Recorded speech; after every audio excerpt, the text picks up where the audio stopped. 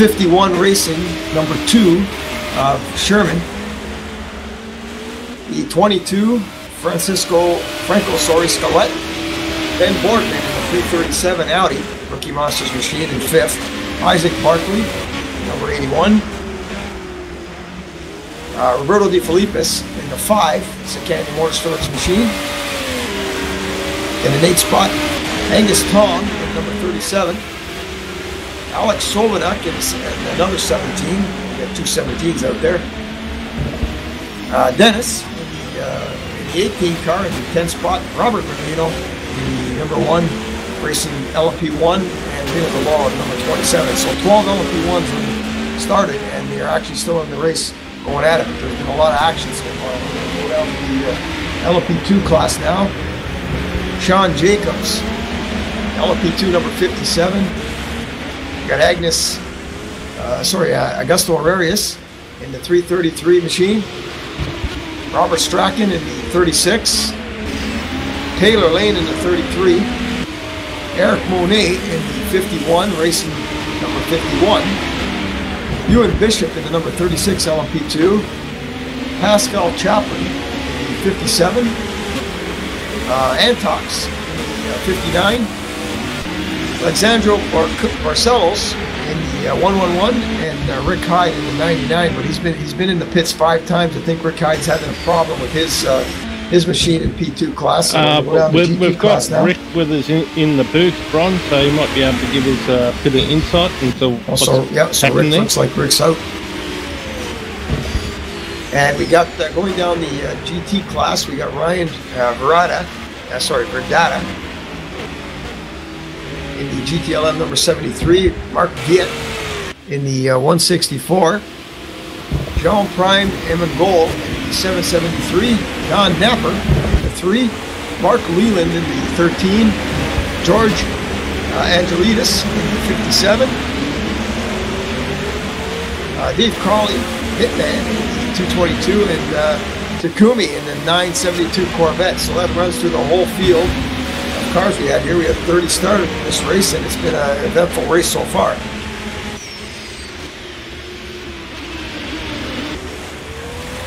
All right, we got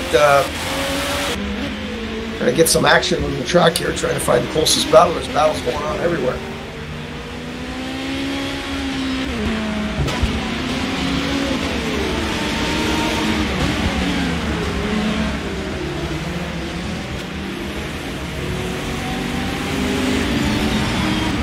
All right, in the pits right now, Isaac Barkley make his pit stop. We're going to go to Roberto De Filipis right now and get on his machine. It's a number 6 spot. Roberto De Filipis in LMP1 class, as he's just got by a GT right now, and looks like he's just going through Thunder Valley. So yes, is here at Mid-Ohio Sports Car Course. Get some lap times on him.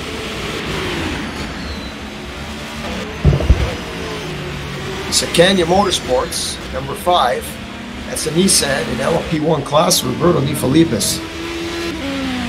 Last corner. Lap 108.412.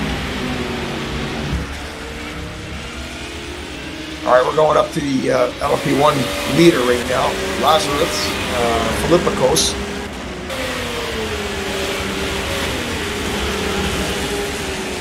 Right now, he's got no problem right now contending with anybody right now. He's going to be coming up on one of the prototype 2s. Looks like he's got his pit light on. Looks like he's probably coming in for a pit stop in the next couple laps. We've seen him prepare the car for pits, so we'll see what happens here with our leader. As pit stops have already started, as Dennis is still in the pits right now in prototype 1. We had Isaac Barkley already made his stop. Delolo's been in the pits a few times with some damage. It looks like one of the GTs are in there in the 28th spot. Dave Crawley, Hitman.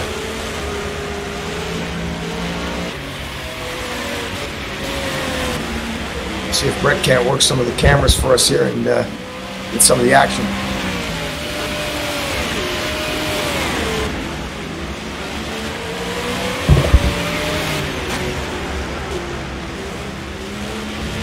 Let's go back into the 19th spot here and take a look at the 19th car.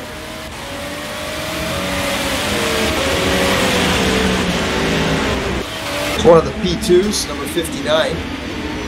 P2G Antox, and he's in a bee's nest of cars there. You got a few P2s in there. Good race going on here as they're just passing the Corvette C7R going through Thunder Valley here.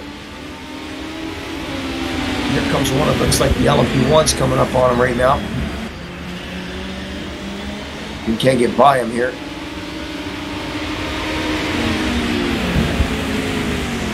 He's getting the blue flag showing so far, so he's definitely a side-by-side battle here with you and Bishop as he lets him go. Alright, we got Dennis still in the pits with some damage. I think he's probably getting some damage repaired. We got a battle going up right here. We'll see if we can't get up to Sherman in the 4th spot, LMP1. The number 2 of Sherman in P1. I'm sorry, this is this is Sherman in P1.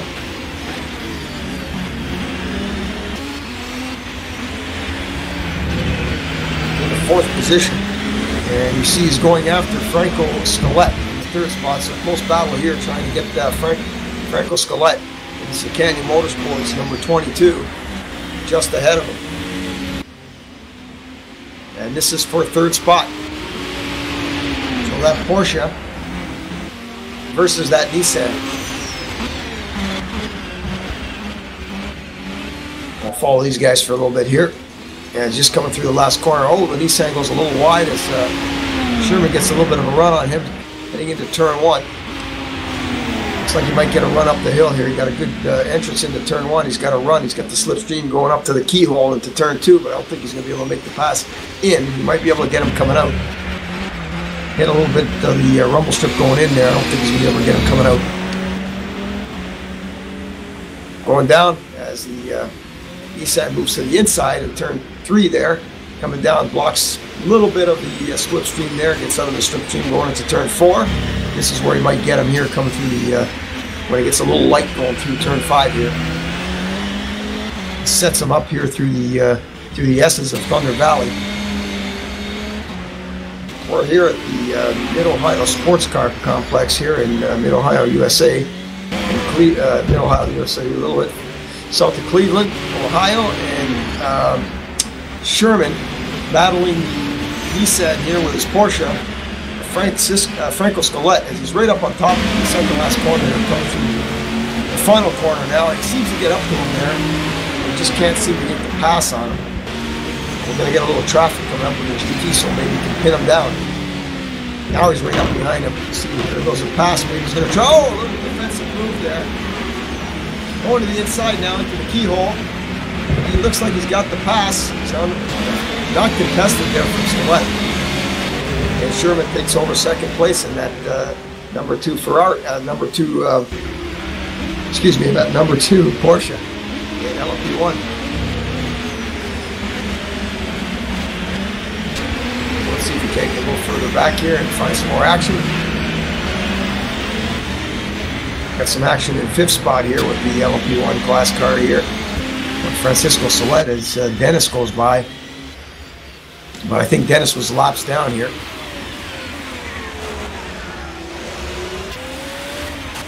Now these cars aren't on the, I don't think they're on the same lap, but there's 2 LMP1s there, and for the mix there, you got you and Bishop in the blue P2. As Dennis goes a little sideways there off the track.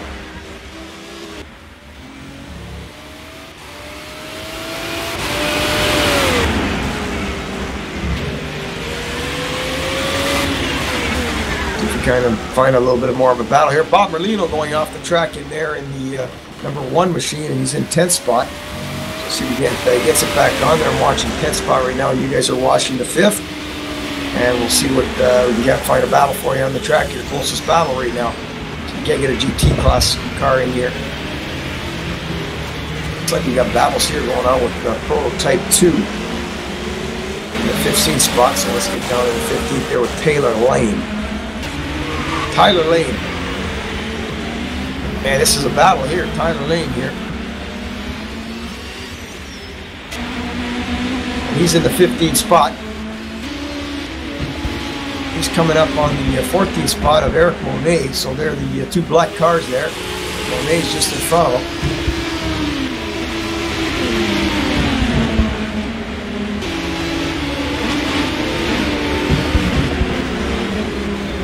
1 hour, 51 minutes, 20 seconds remaining in this Mid-Ohio 2.6 hour race here. I'm Ron Caranci along with Brett Gray joining us in the booth. Rick Hyde, I don't know if Rick's back yet. Yeah, g'day Ron. Yes, just enjoying the race at the moment. But disappointed obviously jumped out, but no, jumping in the box, ready to go. We're right there beside you for the remainder of the race. It's pretty exciting out there, pretty quick. I think it's going to be a pretty close race. It's definitely not going to be done to the end. Yeah, we're definitely seeing a lot of action. The guys drivers tonight are really aggressive. I've seen them right off the pop when they started the race. The aggression there. I've seen Reno DeLauro there get in there. They were going 3 wide. The LMP was going 3 wide through turn 1, and you knew that wasn't going to take. And I've seen a lot of cars making contact, but so far we had a good one. We missed most of the first maybe 30 minutes of it as we had technical problems here, but we got everything up and running, and we're back in it. And we're taking a look and trying to find the best battle right now on the track is the one we're watching. Well, I'll go up and down the pit lane and see what I can find. Well, it looks like the LMP1s are starting to come by now as Isaac Parker is going by the Taylor Lane car, and they're starting to relap the field for about the 5th time, I think. Maybe a little bit more than that. Got Bob Bernino in the pits right now making his stop.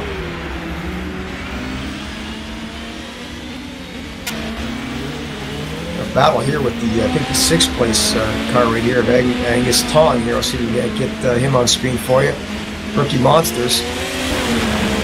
As he's setting up for pits as well too, so pit stop's coming for sure. I'm seeing on my screen here for pitting, I'm seeing guys still might not have made a pit stop yet. I got Reno DeLauro twice in the pits. It's like Filipicos, the leader, wasn't in a pit, but Peter Schultze in the 420 Malicious Engineering Motorsports machine, they took over the lead. And he hasn't pit yet, so you know he's getting good fuel mileage. And right now, the 111 Barcelos, he is in the pits just repairing his front wings. He must have had an accident a little bit early in the lap. And Brett Gray takes over the WEC Racing Simplified #1 car. He's going out of the pits in 13th place, so he'll be eager to get back up into pace. 3 laps down right now, but as we said, the pits are starting to start thick and thin, so no doubt all the cars will balance out and get back into normal position in the coming laps. Should be exciting for the next half hour at least whilst these pit stops are coming through. Always the best time for teams to start thinking about strategy and getting past any drivers that maybe they couldn't get past on the track. Maybe wait for the pit stop and do some magic in there. Maybe do some short fills on petrol. Maybe don't change the tyres.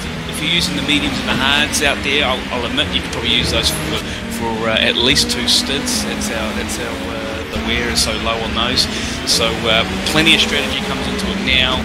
I don't think the first half hour was a sign of how this is going to finish.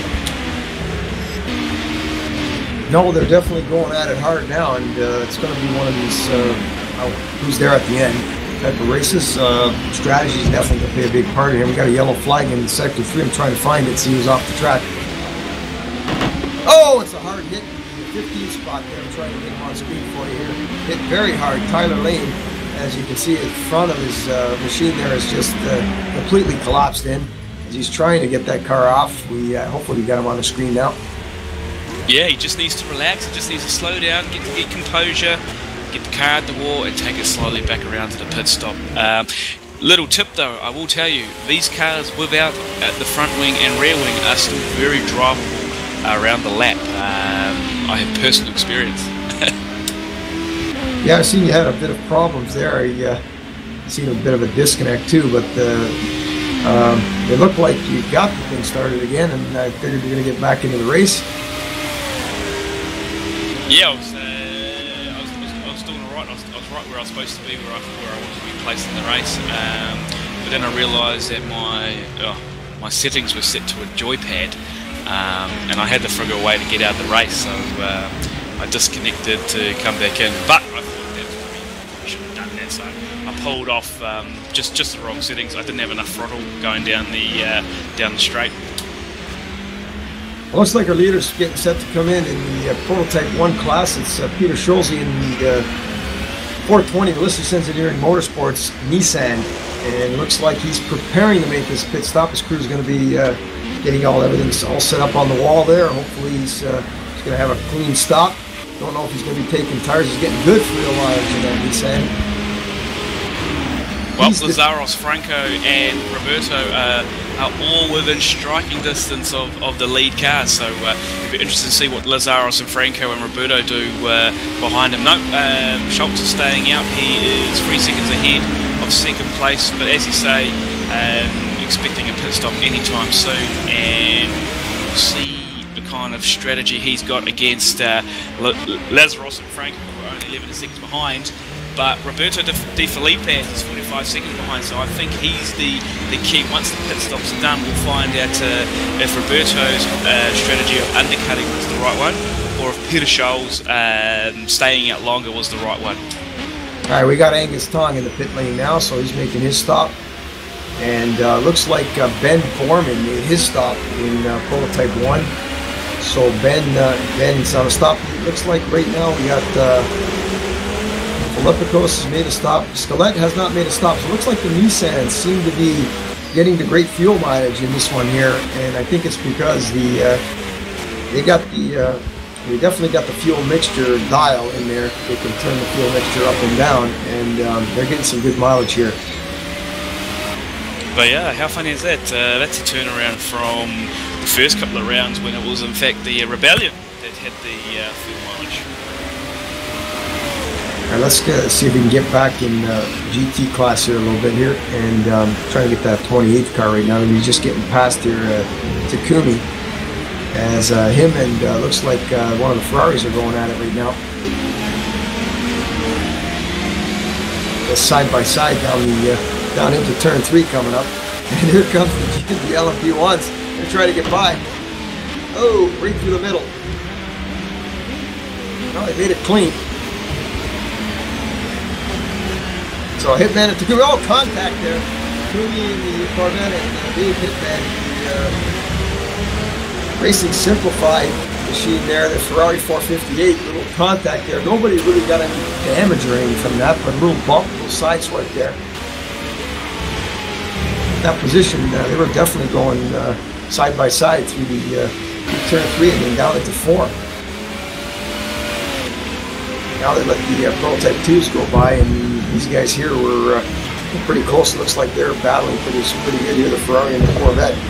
Looks like Dave went off the track. Oh, Dave's off the track, and the Corvette's going to take the position.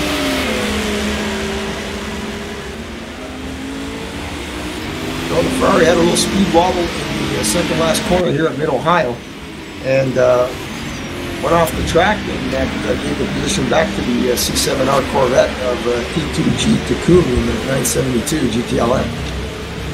And whilst you're looking at that battle, just so you know, up in first and second, Peter Schultz and Lazaros neck and neck, only 0.2 seconds between each other.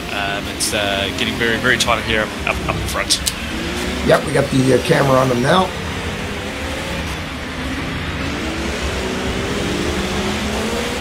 And they're right there. And it looks like Lazaros getting a little bit of bump there. But looks like Schulze's got he's on used up tires. And he's definitely on more used tires than the Philippikos machine behind him there in the alley. But we got a yellow flag in Sector 3. Maybe Rick can figure out who, maybe somebody went, oh, in Sector 2 too, so it might be a big accident. Let's see if I can find out what happened there. Sector 2 is still not clear yet. Now it is. Just looking around. Somebody went off in Sector 1 and 2, but they got clear. Looks like I see them now. One of the LMP2s looks like they're off the track.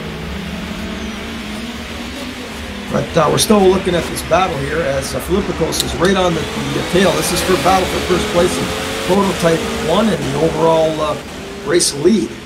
It's Don Napper. Don Napper in the WC Simplified is coming in. He's lost the front of his car, both the bonnet and his front wing.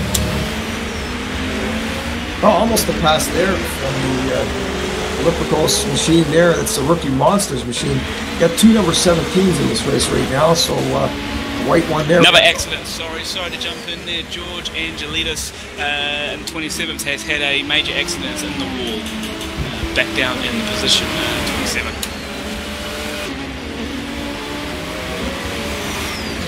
We'll go to George Angelides now, and we'll take a look at what George is doing. I think 27th. Yeah, he's got nothing left at the front of that car there, and that he's going to have to bring that in for some repairs. Looks like he's coming in now. Get back up front there with that battle with Peter Schulze and Lazarus Philippikos. Yeah, she's very tight in front. Those two are doing very consistent times. Lazarus has really got the pace. I'm quite surprised he hasn't gone past yet, but Peter Schulze, he knows how to race. Oh, he's gone a bit wide, and once again, oh, there's a bit of an accident there, with a back marker. Peter Schulze has gone into Arias, but still, Lazarus still can't get past. He's still in second place. Still showing his pit lights on. Oh, off goes Philippikos. Yes. And that'll cost him. He's through the gravel trap there, and he's going to bring it back on. Hopefully he doesn't have too much garbage on the tires as he's kind of wiggling it around to take the sand and garbage off those tires, but he's lost a load of time there. But I think he's still going to pick it back up because Schulze has not made his pit stop yet. Yeah, well done to Lazarus. He went off, and I'm not sure if anyone noticed, but he obviously did it patiently. He didn't go into the wall, he didn't try and spin it around. Took his time, got out of the car, and his car's still in one piece. So good on him. Any amateur would probably have tried to swing it around and lost the rear wing or front.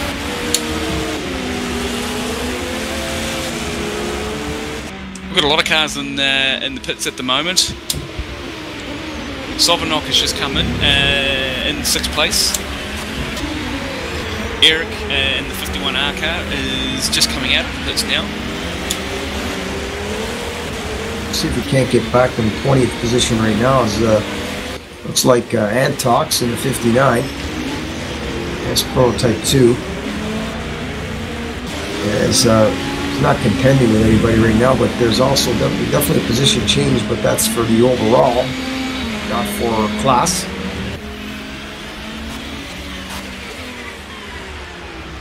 See if we can't see if there's a battle on the track here we can find.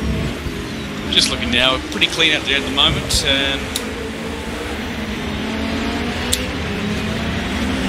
24 spot right now is the Alexandro Barcelos machine there. Just made a pass. 24 spot.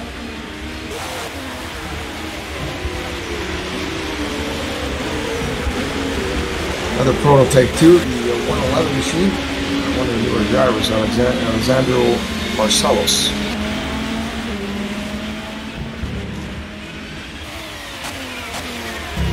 I'm trying to get the GTs here. There's a big battle with the GTs right now. Still a Corvette going at it with the Don Hitman there and the P2G Takumi Corvette. Get back on these guys here as he's going after him. Oh, we got a crash just in front of him here. Probably see it when you go by. Somebody's off the track there. It looks like one of the other GTs. Oh, we got Lolo coming in inside there with prototype 1. It's a bunch of GTs there on the gaggle of cars going through turn 1 right now.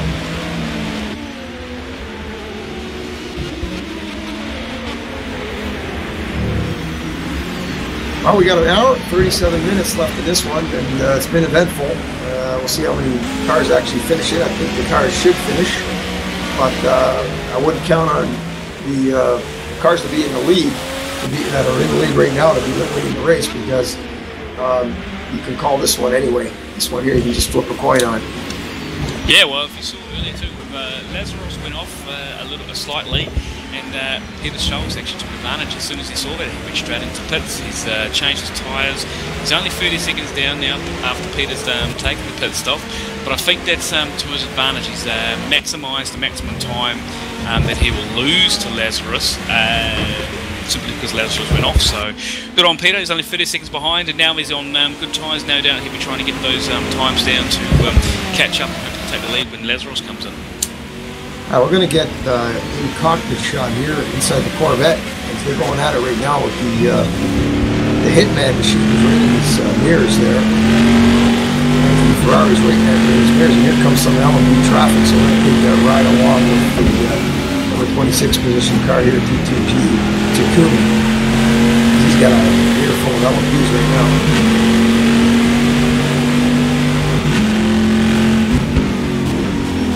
See what kind of speed they're pulling in. Coming through the keyhole now. It's turn 2 here at the Mid-Ohio Sports Car Course. Down through turn 3 here, there's a little kink on the straightaway, just wide open down here. See him downshifting a little bit. Oh, there's a little accident coming up here too. I see a little yellow flag showing in his mirror there.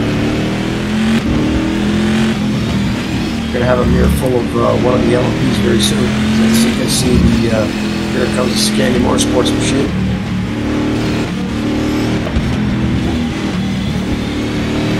So, riding along 972 Corvette C7R. I like the sound of this car and the inside of this C7R. And you get a good look at what he's doing with his steering wheel and how he's negotiating these corners here at Mid-Ohio.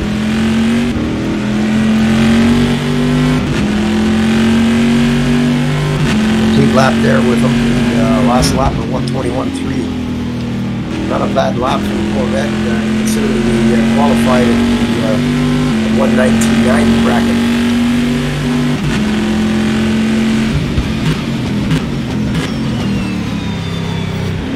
Oh, he missed turn 1 there. Looks like he went a little bit wide there, but here comes another couple of LMPs up on him. So it's definitely rear view driving for the in this race. The 30 cars started this one. Yeah, definitely the overwhelming speed that these LMP1s have on the GTs, LMP2s and P2s is amazing, but it's actually quite helpful.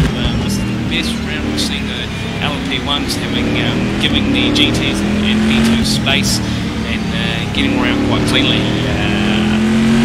It's definitely good. It probably suits these LMP1s a bit more purely because there's so many long turns that these cars can take the pace from the corner, come out the exit and get past the GTs. It's a very clean race today.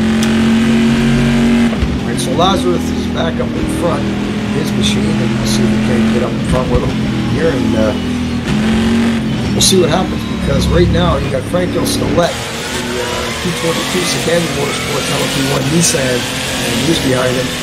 He's a little bit further behind, of course, but I think the way they had their pit stops and how they're cycling around, could be like I said there, whoever's there at the end is probably going to be the one, and if you have to make that last little splash and go, it might cost you the win.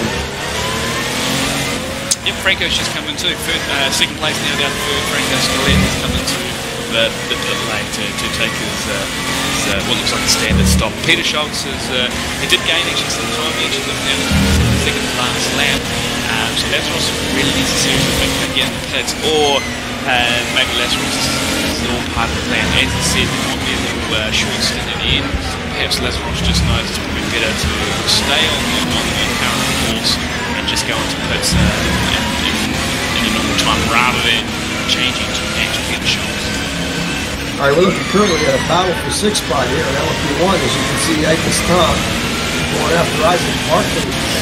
He said the 37 rookie motorsports, Angus Tong, the Audi. And you see him right up on top now. He's Isaac Barkley.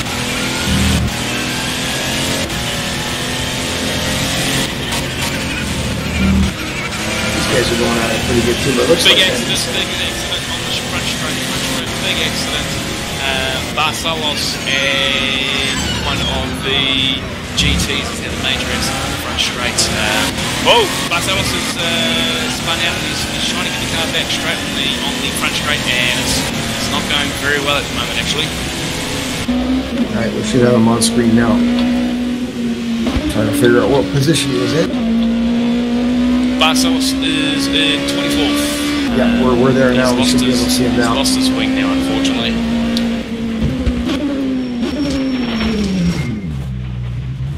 Another big accident. Barcelos has gone straight off at the second turn. He's definitely got damaged, a highly damaged car. That's twice now, and he is affecting other drivers too, which is he just needs to learn to get out of the way and just be patient, take his time, probably go a bit slow and just stay out of everyone's way. You really could put someone else's race in a bad position. Yeah, we definitely got him right now on screen, and looks like he's setting up to go into pit right now and fix that thing up. He's got a rear wing left. The front end of that car is completely destroyed. Yep, so I think it was on the front straight we got on the another last lap. George Angelidis was being overtaken by Alessandro Barcelos, and unfortunately they touched and had a big spin together, so that's the reason why that happened. Alright, looks like they got through there, so let's see Mark Viet in number 20, 21st spot right now, trying to get him on here in the Corvette. So there's a gaggle of cars going by him, LMP2 and LMP1s. That's the beauty of online endurance racing here with multi-classes on the track. Track like Mid-Ohio here, very fast circuit, and you definitely get some cars going off there. Just for some good racing here and some good action, but right now it looks like the Volvo might have been off again. It's a little bit slow in front of the Corvette here. That looks like that's a prototype 1 in front of him. And just note that at the front, Peter Scholl's just got a little bit blocked by actually trying to lap other P1s. He's just tried to lap a set of 3 LMP1s up the front, and it's dropped down to 37 seconds now behind Lazarov. So he'll be devastated with the effects that other cars have on his race pace at the moment. Yeah, you definitely know he went into the pit, so you definitely know that he's taking tires, because it would have been just if it was a splashing, not splashing, go to fill up the tank, probably about 20-second stop.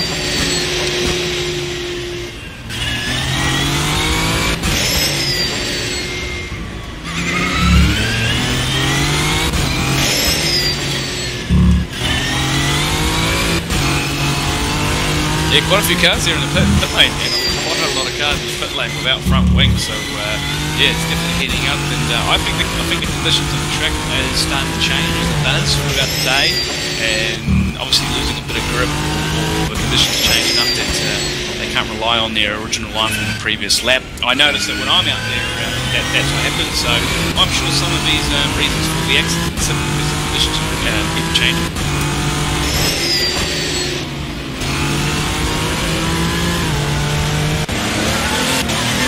We got, looks like Chapman off the track right now in the prototype 2. I'm looking at him while you guys are looking at Ben Borman. I'll keep an eye on Chapman. He's kind of just getting himself back on the track. I don't know if he just got off. He looked like he had huge damage in the prototype 257. It's like Pascal Chapman, the 57 LMP2 EJ. Had a little bit of a problem. He's back running right now. But right now, we'll watch up front with the third place rookie monster machine of Ben Borman. Well, it has to be said, what a great turnout. Great turnout of cars. There's around 30 cars on the start line. Yeah, doing very well. It's only going to keep growing.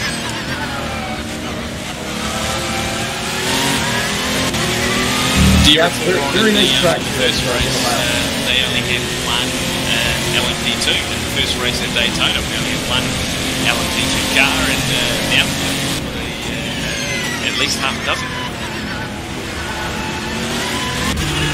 Yeah, we look at the Secania Motorsports machine in fifth position. Roberto Di Filippis in number 5. Going after Franco Scalette, one of the partner drivers there with the 22 car, and they're pretty close to each other right now. They're on the same lap, and Scalette's right in front of him. He's in traffic right now, so see what happens here as the GPs are negotiating in between these LMP1s as they're trying to get by through Thunder Valley. Yeah, Frankus Collect just had a quick little spin there, actually, just put the cameras on them. And yes, as you say, let's give Roberto D. Felipe a chance to catch up. Yeah, we got some action. Sector 3, somebody looks like they're slowing down. One of the GTs just went off the track down, and we just seen the LMP went by. I don't think it hit anybody there.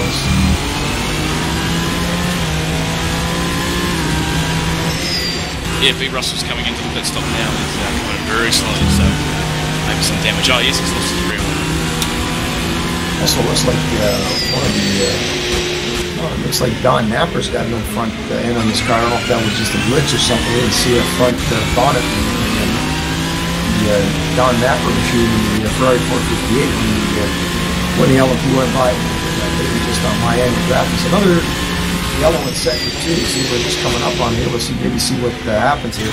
So let's going by. It must have been cleared because the marshals cleared the yellow quickly.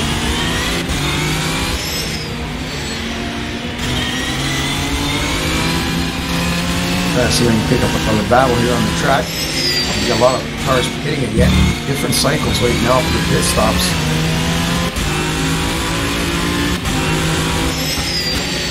The GTs are pretty spread out.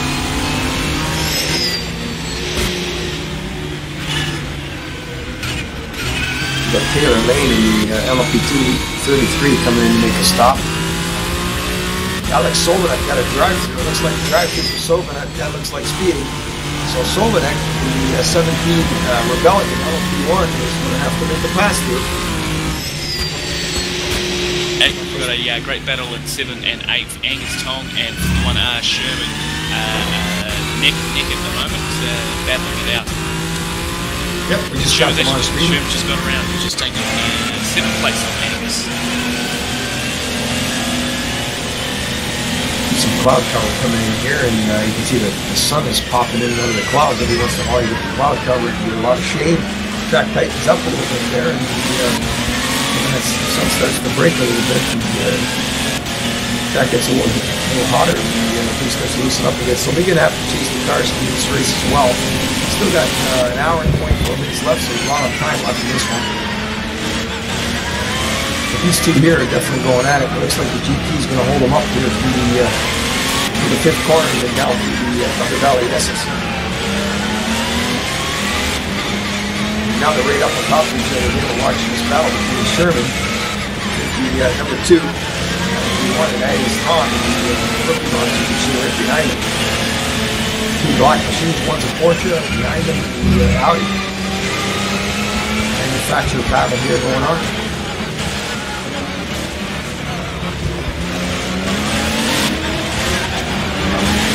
Side of the GT there, and does look like that's Don Napper's car there has definitely missing the front end in GT class there in that Ferrari. But these guys are going at it here, coming up on the 32 keyhole again. Another car in front of them looks like it's a Porsche. And one off there. Colby just got on almost put the Angus Tong machine that he got on there. I think that was one of the grading machines there. It could have been Marsalis again. Yep, just constantly looking up and down the order, looking for any action there for you. Right now, the best battle right now I'm looking at is this one we're looking at right now is the Sherman and Angus Tong battle behind it. Let's see if we can ride with Angus behind him here and see what it looks like in the cockpit. The Audi. Prototype 1. We'll see the cockpit. Camera for you. A little bit of next and effort between Varsalis and Brett Gray. I think actually Brett Gray's slowing down. He's going to refresh, he's going to let him back in. Good on you, mate, for doing that. Yeah, if he realizes the spot back, you're probably not going to get pinged at it in the post-race review. So we encourage drivers to definitely give the spot back, and hopefully the gesture is, say, unintentional. Yeah, that's right. out themselves. I mean, they obviously know that there's big penalties if you don't. So, good on them.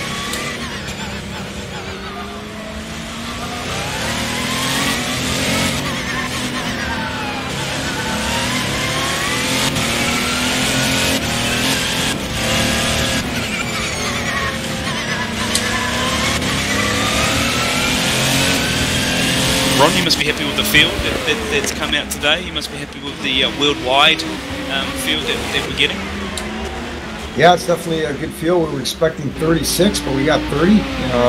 That's fine. It's sometimes things happen. You can't get to the racetrack.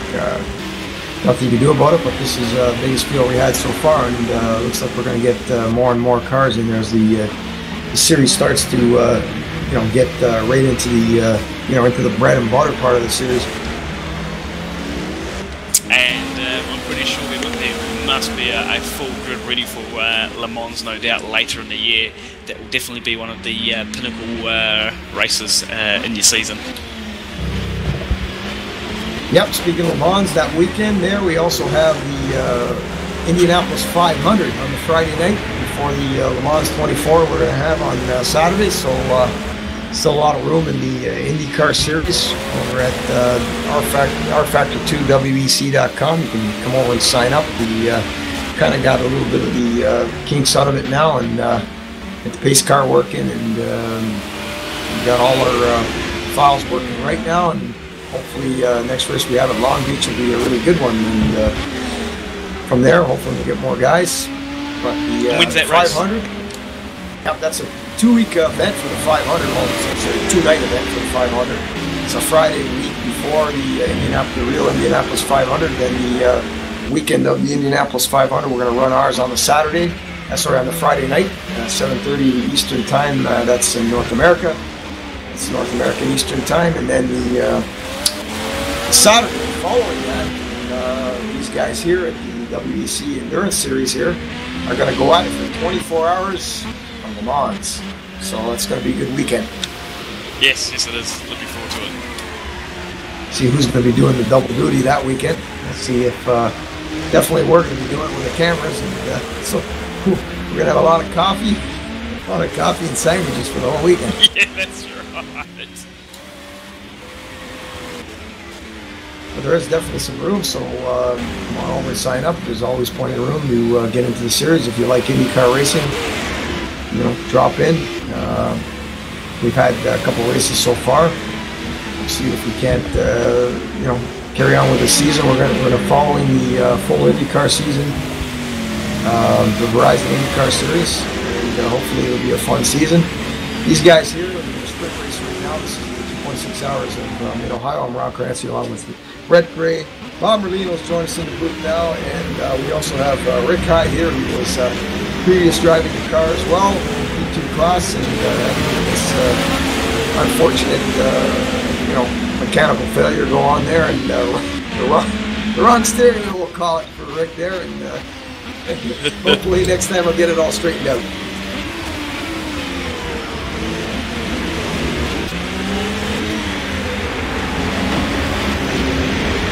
Oh, man just went off the track and actually went into Peter Scholes in second place. Definitely wasn't done on purpose by all means. The man just had a bit of a slide off the track and went into the side of Peter Scholes. Peter Scholes looks like he's still on the track, and it still looks like he's moving forward. So he didn't go on the pits, so that's good. So there can't be too much damage. Lucky escape there.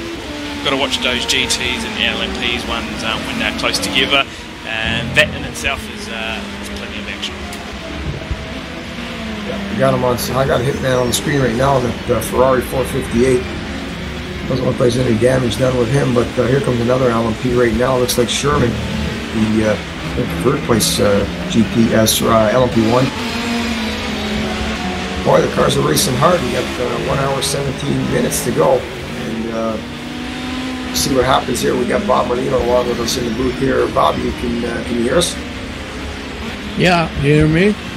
Yeah, we got you. How was the stint in the car? How did it run? And how was the track conditions today? Track's fine, and it's getting rubber now. Early on, was little bit slip, but it's a really hectic pace out there.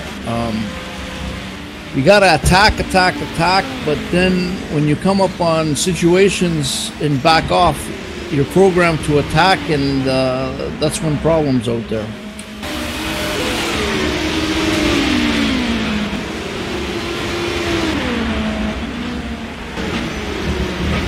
Oh, it looks like we got one going around. One of the Russian drivers there, Alex Sovanek, I think, was the car there in the 17. He went around in the Rebellion, Sector 3. And right now we're currently looking at Sean Jacobs in the prototype 2 here, number 57. Isn't he doing great? He's doing. He's quiet. He's quick too. Yeah, well, he's in a gaggle of cars right now. Here he goes. Oh, one goes around. That looks like Brett. Yeah, that's Brett. Yeah, Brett. And there's a big mess there. It was a tight situation. He tried to go through there, thread the needle, and a little bit too deep, I think. Locked it up, maybe. Yeah, that's what happens. And here comes the Sean Jacobs machine again in prototype 2. He's moving in on one of the Rookie Monsters machines right now. I don't know if that's prototype 1 in front of him. It looks like prototype 2. Yeah, it is. I think Tom's got a problem. Yeah, it is a prototype 1. Yeah, you're right. See right on the side there. Something's definitely wrong with them. As they go through Thunder Valley, looks like they lifted air there. One of the corners, one of the hills there. Oh, there's a graphical lips there. Look out! Dennis in the prototype 1 behind him. The Nissan right behind him there. Dennis has been using agricultural excursions every chance he's getting. I guarantee you, the officials are not going to be pleased about half some of those moves that he made in the race. That post-race incident reviews on that thing. And I've seen a few times that he's definitely made contact and went off to the track. Look at the gaggle of cars. Here's another contact. Oh, he's done another accident. That's team cars hit each other. Rick Gray has gone into Sean Jacobs and just carefully nearly got past old Hitman. Wow, we're going to stick with these guys. I think Brett's still behind him there. He's going to try to get through again. And I don't think it's a good idea because he's going to go pretty wide. Not a good idea. Just let it cycle out a bit and you pick them off one by one. But, wow, you got Ben Morgan in there too.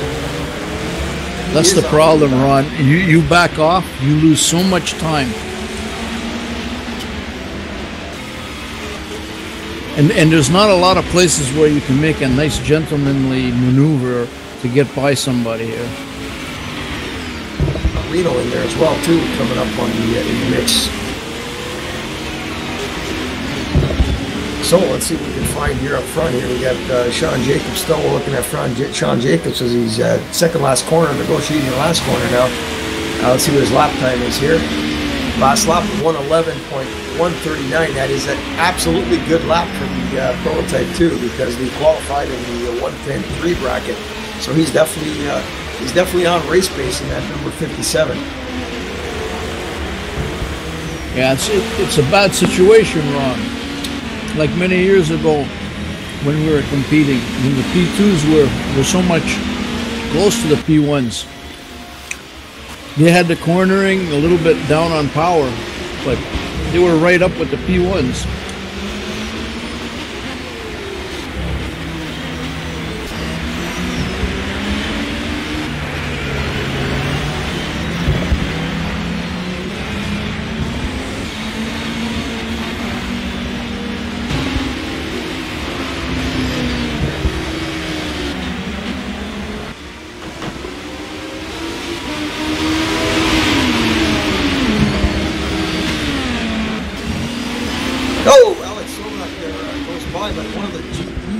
Track looks like it's one of the racing simplified machines. Oh, a gaggle of cars there, Sovanek going through.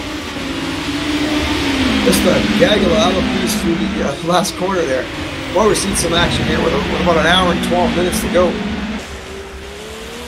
Yeah, the cars will be starting to think about where they're going to finish now at the end of the race. They'll be thinking about their fuel loads, how their tyres are going. They'll be setting themselves up to get the best position for their last stint. So definitely expect them to pick up the pace as he said before, the track's definitely getting some rubber down now. These guys will definitely be picking up the pace to get as many points as possible now. I don't know if I'm seeing this right. Looks like the pit light's on again, unless he's keeping it on. The 420 of Peter Schulze in the Malicious Engineering Motorsports Nissan. See if we can't get a shot of him.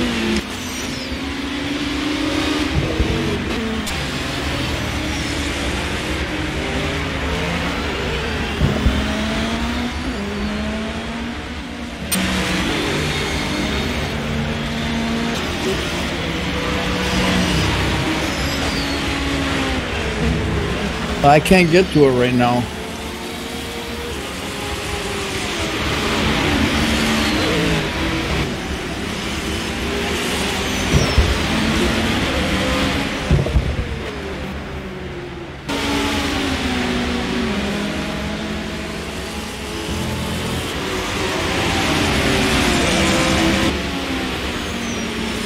I'm gonna just check my cameras out here, make sure I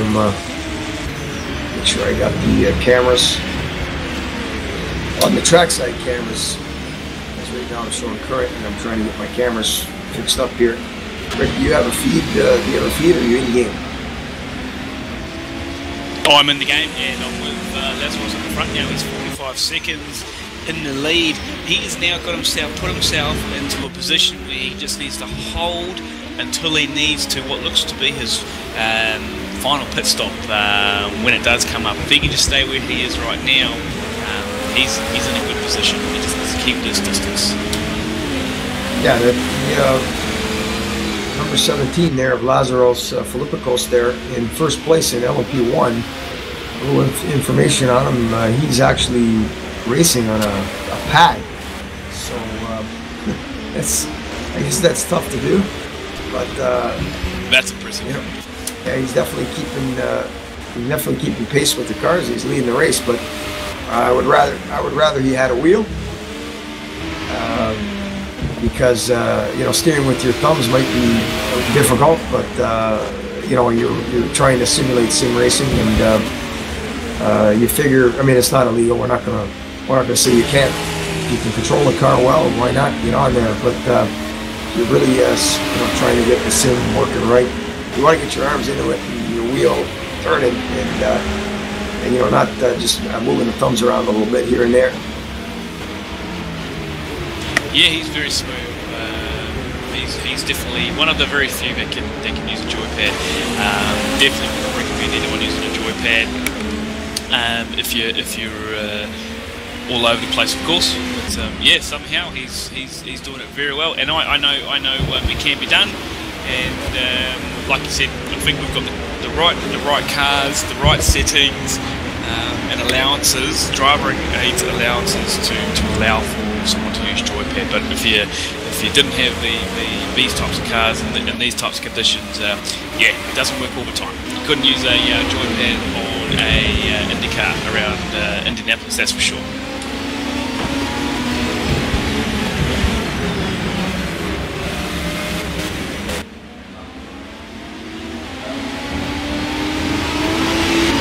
A lot of cars going through that final corner. It's filled up with P1s, P2s and GTs all in one hit, so very, very busy for some of these slower corners, particularly the hairpins.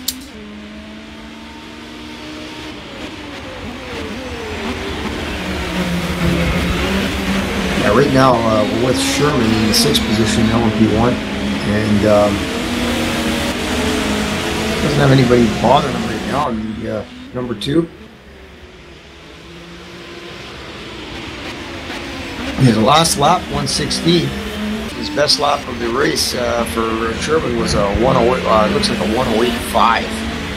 So from 108 to 116, it's a big gap, and you figure he's gotten some traffic when he hit that last lap. And Ben Russell just had a quick spin off in turn 2, and did nearly hit other cars, particularly the P1s that were about to try and lap him. But he managed to keep it together, and no one hit each other, so just slowed down, and all the cars managed to get through. Oh, around goes, I think, the 27th car. Well, could have been one of the leaders. I got to check. Somebody went off the track. Looks like Philippikos is coming in to make his pit stop. The leader's coming in. He's in the pits now.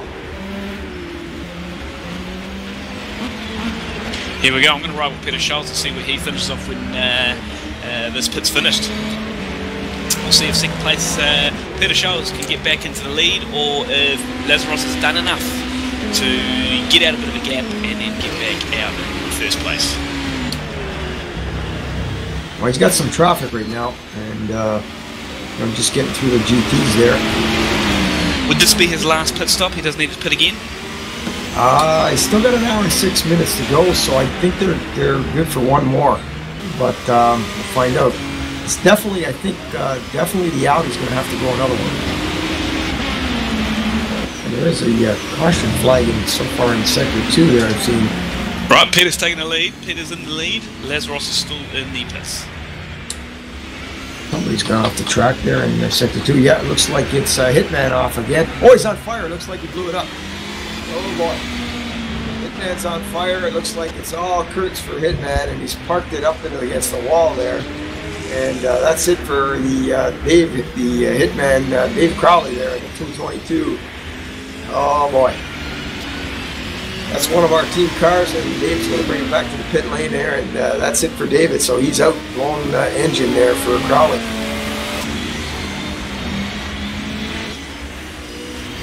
Don't know what happened to him. It's probably Aaron Downshift that did it, because I don't think Hit would have did it. Might have been a little bit of a gear break, and down she goes. So one of the Ferrari 458s is out as well. So we lost your car, Rick, and we lost the 458 Ferrari. Yes, not a good day. Not a good day of racing for WEC Simplified Racing. Oh, we still got a bunch of cars in it. Brett's still in there, and Sean Jacobs still taking his P2 around very quickly. So Sean Jacobs is in a very good place position. Oh, we got something going on here with Dennis. Manny was making a couple of crazy moves there in 16th spot. I think that he's trying to pass some of the lead lap cars there. Kind of a little bit dangerous. He almost knocked the 51 racing team machine off the track. That looked like it was Eric Monet in a P2. Now he's come up on the Scania Motorsports machine. But again, I did some calculations up front with the Peter Schultz and Lazaros 1 and 2 race going on. 66 seconds is what Lazaros took to get into the pits, take his pit stop and get out. So 66 to 67 seconds is the time for a full pit stop. I doubt the next pit stops will need to be that long for Lazaros. Like I said, he just needs to top up if he hasn't got enough fuel in already. But we will find out that when Peter Schultz comes in, he needs to get himself a gap of about 60 seconds to have a chance to come out close to Lazaros. So just doing some number checking there. Yeah, we're watching Ben Russell right now in the Porsche. And Ben had just had a little bit of a spin out in turn 2 in the second sector. He's got it back and going again. And right now, see if there's any more problem with that car. So here comes Dennis, right behind him in the Nissan LP1. And don't know what Dennis is doing there when there's a pump him off the track there. And accident with Peter Schultz and Don Napper. Don Napper's gone off. He's in the war and he's lost his front wing. Don Napper was being overtaken by Peter Schultz, and unfortunately they both touched. Purely accident. Definitely was no intention there. Peter Schultz, he's like on rails. Basically, Don Napper's car just bounced off and spun into the wall. Peter Schultz kept on going like nothing happened. Well, if it was an unintentional on that, but if you're if you're racing like that, I know it's not for in the same class for position, that you definitely want to acknowledge that acknowledge it wasn't intentional. But everything that happens on the track, drivers are going to know that when we go to the review, it may be bad. You know, a third car for the WC Simplified Racing team has retired. Don Napper is also in the pits, and he is a DNF. So, Brett and Sean, it's up to you guys to bring WC Racing Simplified home. Well, both Ferraris are definitely out, so see what happens now. Is you can see, even though I can see the Schulze machine passing some cars here, he's weaving in and out, which is good, but a little aggressive on some of these racing cars.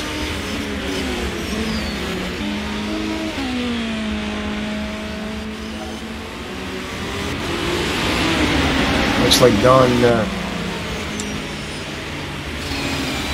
Don had something go up there, and I think Don's probably going to get one of our race admins, and I think don't know what's going to happen there, but chatting and the racing and that, no matter what happens, you got to keep your mouth shut. And I don't think there's going to be a problem, because what he said was, I don't think he's coming back, is what he's trying to say. Well, that's funny. I think we can penalise him as much as we want. He won't be there to take it. Well, I understand that, but that's just the way it is. It's one of those things where he may not be in a min anymore either. He may not be in the league anymore either. But we'll see what happens here. I know people get upset in that, but you know, we gotta follow the rules, and there's no chatting in these races here, and definitely don't want to see that from an administrator. But yeah, anyway, just a frustration there from, in his view, he was hit by another car, and it is a problem in the series where LMP1s are not courteous and trying to overtake people through corners. I can see Don Napper feels that maybe Peter Schulze should have waited to a clearer spot rather than doing it mid-corner and ruining his race. So understand the frustrations. The LMP1s definitely need to figure out stop overtaking people during corners. So just wait to the next straight. They definitely are not. Nothing you can from do. first-hand experience. It's part of online racing, especially multi-class racing. Nothing really you can do about it. Hopefully the cars will have pilots for the next one. If not, if you know, one doesn't show up, we'll find another one. But it's definitely frustration. Some of the cars, I've seen some of the GTs that are getting frustrated with some of the LMPs making some, especially the prototype ones, making some you know, bonsai moves on them. But as long as they hold their line, I mean, if they get knocked off the track, you know that that prototype that's hitting them off the track can get pinged for it. And I've seen a few of them lose their positions. And if it's the leader that does it, he could definitely lose the race. It's very easy. Seen it in the last couple of races. So it's just the way product of this racing. But there's been some hard racing. There's been some clean racing too. But definitely a lot of action.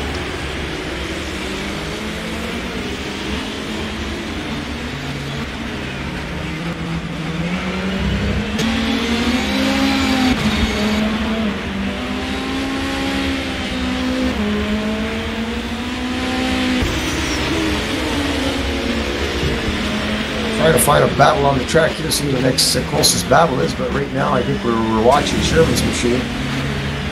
Yep, as am I, and no, it's pretty clean out there at the moment. Everyone's just sticking to their times, and probably just make sure stay clean, get to that last half hour, and then punch it.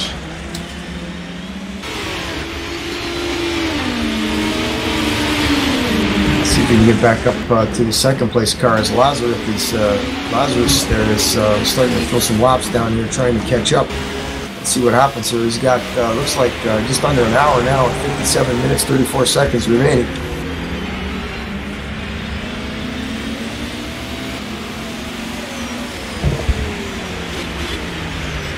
As behind him, you got Dan in the number 81 LP1 Nissan. As Lazarus went by him on the last lap, just like he was standing still. So I mean, he's just taking off. So let's see if he can catch up to He's on the same lap as Schulze. See where they are on the track here. Schulze is through Thunder Valley right now. As Lazarus is just coming through right now to enter into Thunder Valley. So they're not that far away, but Lazarus right now behind the, just got caught a little bit behind the Corvette C7R. Yeah, great. We've got 4 cars, 4 LMP1s all in the same lap to give us. This is great battle. It's not over yet. First to fourth all have a chance. Yeah, but we're going to see if I want to see if the Lazarus machine there is going to have to pit again. I'm pretty sure he is going to have to pit again. So is there any way you can see any extra data to show us their fuel loads, etc. from an Ammon point of view? No, but I'm pretty sure they can. I think this LMP1 here of the Audi is a little short on fuel compared to the Nissan, even if they were running on the full boost, so full mixture. So if he's running, if Schulze is running with that Nissan, he's running maybe a taller gear ratio and maybe running the mixture on a lower mixture setting. He's probably got him. But the thing is, I think it's going to be coming down to right now. I think they both have to go, but I think it's coming down to now who's, we have a GT off right now in Sector 3. I think it's coming down to who's going to be willing to give up 30 seconds to put the new tires on the car rather than maybe stay on the tires they're on right now and save that extra 30 seconds, see how far you can come out in front. Because right now we're down to 55 minutes, and I think it's going to come down to something like that. The strategy move. I think you're right, absolutely. I love it. That's the beauty of endurance racing. Strategy comes down to it. Get your car best place for the last half hour, and then make a decision. Stay out, come and get some new tyres, some new footing, and get out there and do some race pace. Sets the hot pace. They're Ben Borman right now, sitting fourth. 337 machine here, Rookie Monsters Audi. He got caught in a little bit of traffic there and lost a little bit of time. But he's not forcing the issue too much. I didn't see Ben forcing it too much through the race, but I've seen a lot of the other drivers a little bit more aggressive on the passing. And right now Ben's kind of caught right now. Looks like the leader just went by, so Ben just got lapped. And I'm just keeping an eye on the P2 leaders. There's a 12-second gap between first Augusto Arias and Sean Jacobs, so 12 seconds between them in the P2s. Looks like Ben might have got knocked off the track in turn 1. There, I wasn't actually looking at it, but the camera was watching it. I don't know what happened actually, but he got a little off there, I think. Lost a little more ground. And yeah, we've got first and second right going toe to toe, only a second between each other, probably less now. And we could see a leader change.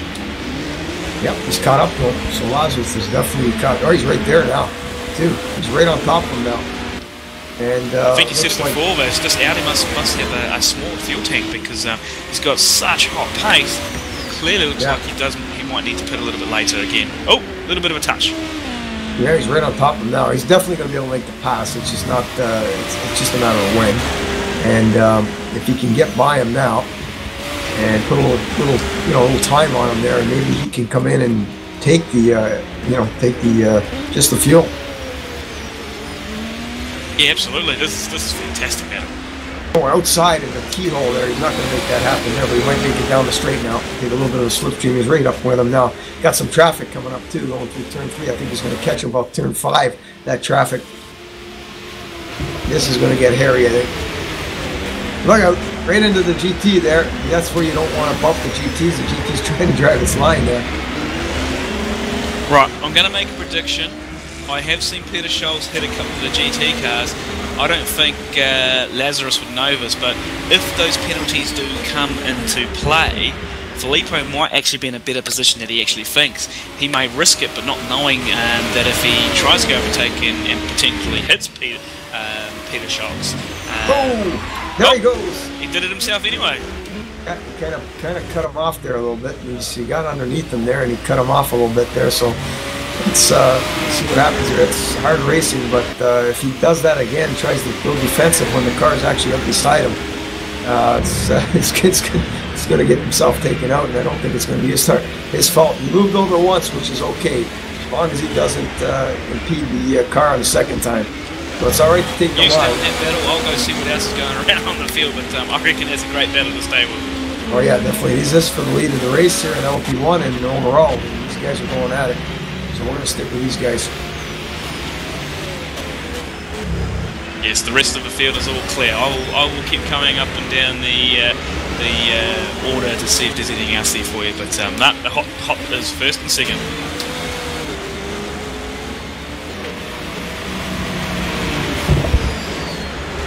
Oh, well, that's hard work. Knocked the GT off the track that time in the line there. So I think I know they're racing hard, but the GT can't just jump right out of the way. So I think well, he's let Lazarus go this time. Hold him up, and then he got in. Oh, he got in, and they took the GT. They both took the GT out. So I know they're racing hard, but they may be penalties both ways here. We don't know what's going on yet. You can't just ask a GT to just jump out of the way at a certain spot. Oh, what's going on? They just don't have don't have the agility to do that. Wow, how exciting is this? Jeez, hour and 109 minutes into the race, sorry. And it's so close up the front that it's hectic. These two cars are not moving over for anyone. They're no doubt going to let the penalties sort themselves out at the end of the race. But right now, it's genuine on-track pace, 1 versus 2. I'm glad I'm not on the penalty crew. I'm glad I'm not on the penalty crew anymore. But just kind of guessing that some of that aggressiveness is just a little bit of impatience right now. And you got GTs just jumping out of the way now, and looks like we lost Dennis in prototype 1. Dennis is out. I don't know what happened to him. Dennis is out. That's right.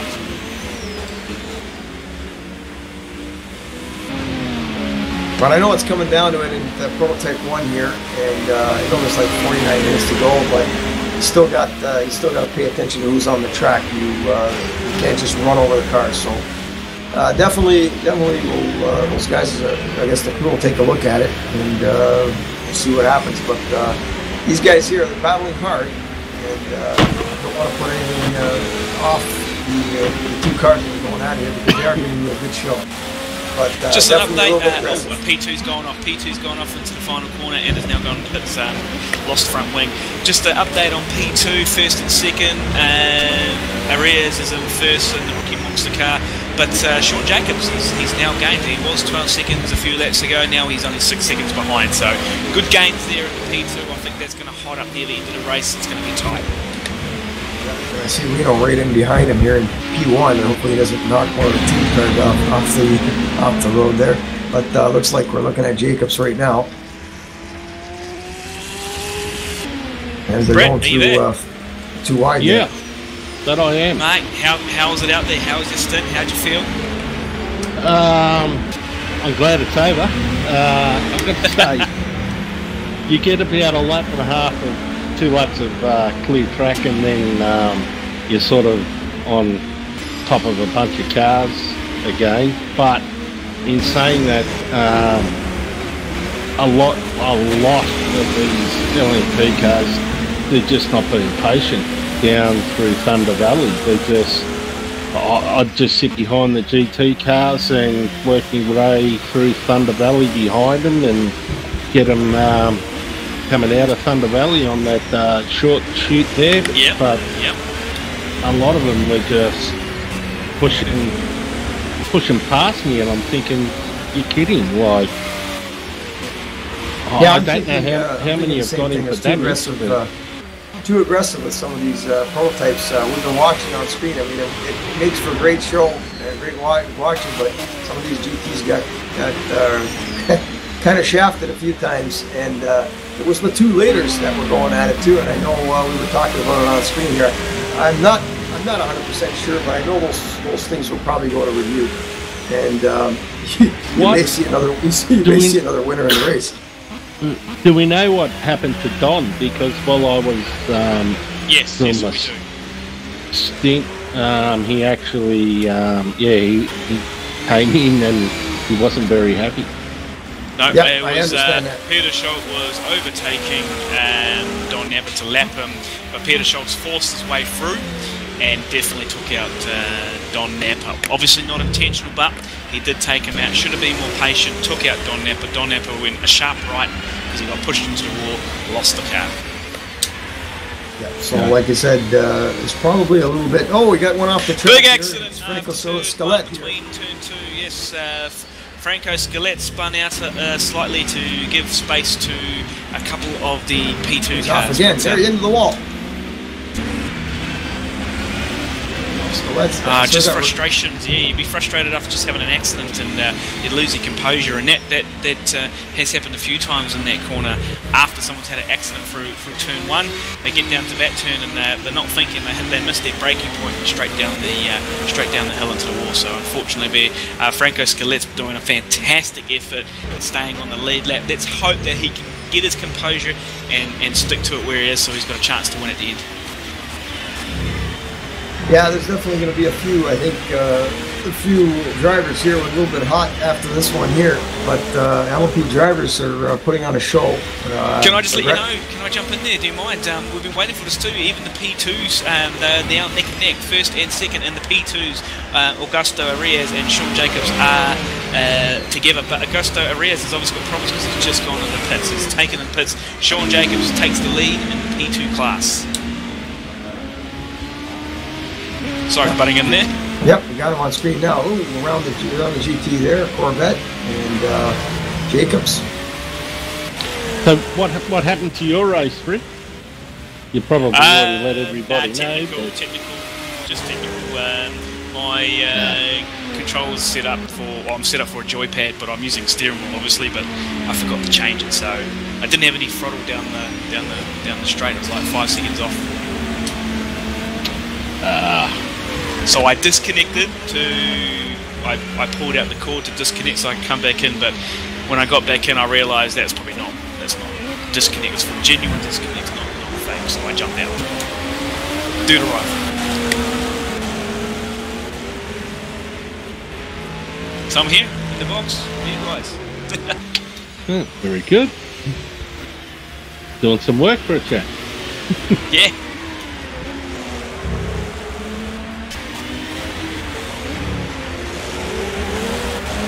Let's see if we can get to the first place car here. Looks like GT class here. We're going to get that first place GT class car. That looks like Ryan. And we got Ryan on the screen now in the 73 Rookie Monsters. Haven't had a GT for a while on here.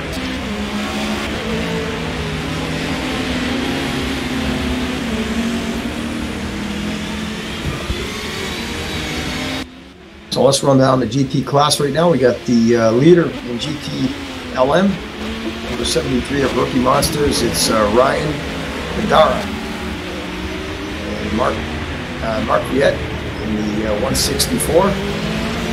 Carlos Santos in the 773. Takumi in the 972 Corvette. Ben Russell in the number 13, and that's of course with Ben Russell. Boy, the LMPs are right up right now on top of the GT, as you can see there, as the GT's getting kind of shoved down the track there. There's plenty of room to get around. The GT's holding his line, but the LMPs just seem to want to run over. Carry down the 6th position of George Admilidis in the number 57, 222 of David Crowley, Hitman, who's retired his vehicle and has joined us in the booth right here, and we've seen that one, I think, live there. It looked like that Ferrari was on fire there, and we got the other Ferrari there, sister car, the number 3 Ferrari 458 of Don Napper, who was out of the race.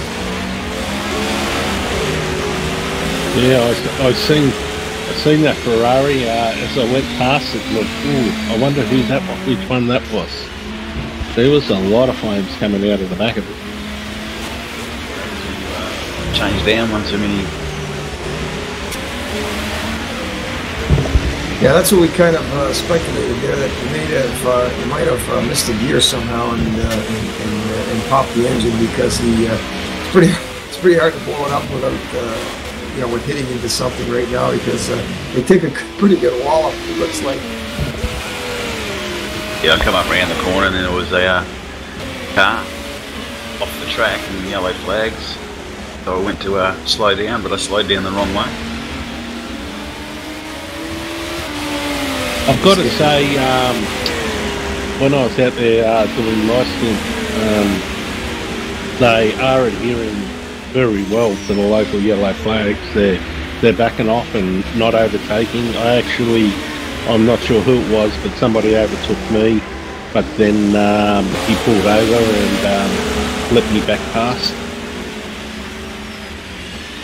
All right, we got a second place. Looks somebody in second place here. We got a change in second place position. Franklin Scalette now in second place. Peter Schulze down in third, and Ben Boardman still in fourth. So we got definitely something must have happened, unless he made his pit stop already there, and we missed it.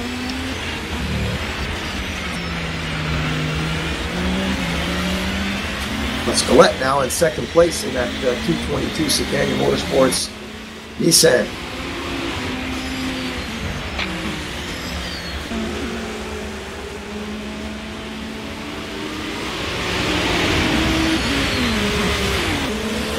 It looks like that prototype one there of Lazarus Philippikos he did a 107 Russ lap of 107.4. He's almost on qualifying times, and he just won there of Lazarus down, and he's got to make one more stop.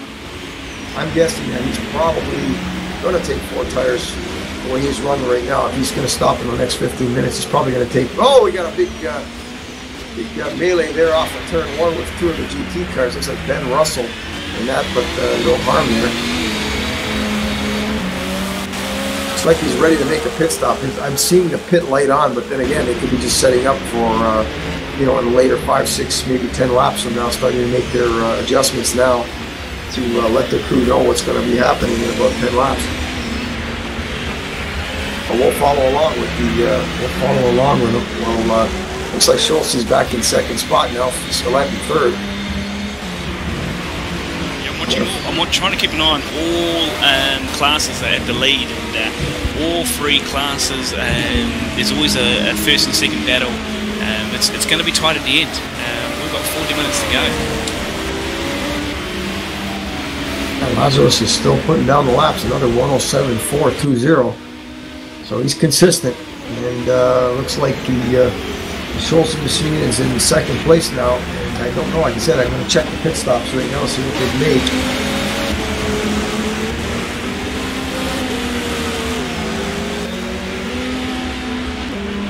Okay, Roberto Filippis is in the pits right now for Sicania Motorsports number 5.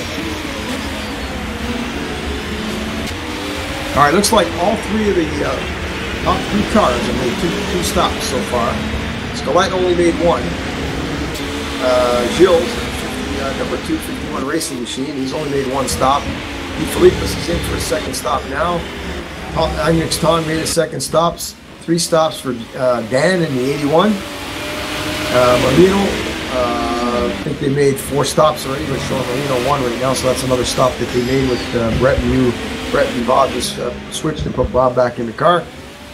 So the top 3 in LMP1 have all made 2 stops, but I think Lazarus is going to have to make another stop. I don't know if the 420 Malicious Engineering Motorsports has to make another stop, because I think they can go. Yeah, I'm pretty sure we can go to the end now and bottom the car. But then again, also speculation, or speculating on that as well, and a lot to do with the also the contact that was happening between the first place cars, because he definitely got into a few cars there, and don't know what the marshal's going to do at that at the race review, but you toss a coin and just go for it, and whatever happens, happens. That's the way it is.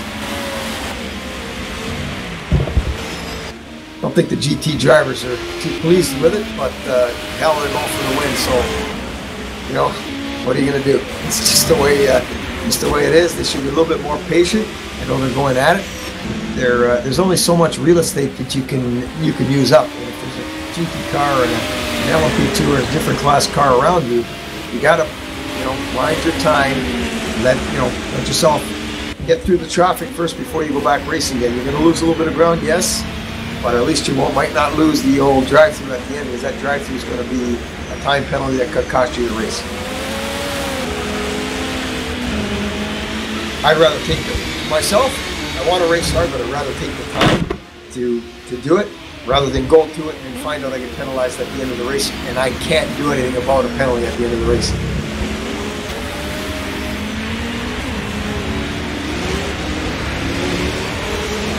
But we'll see what happens. It's like a toss of a coin. And so far, we got the Lazarus Filipakos machine in first in LMP1, number 17 to 420.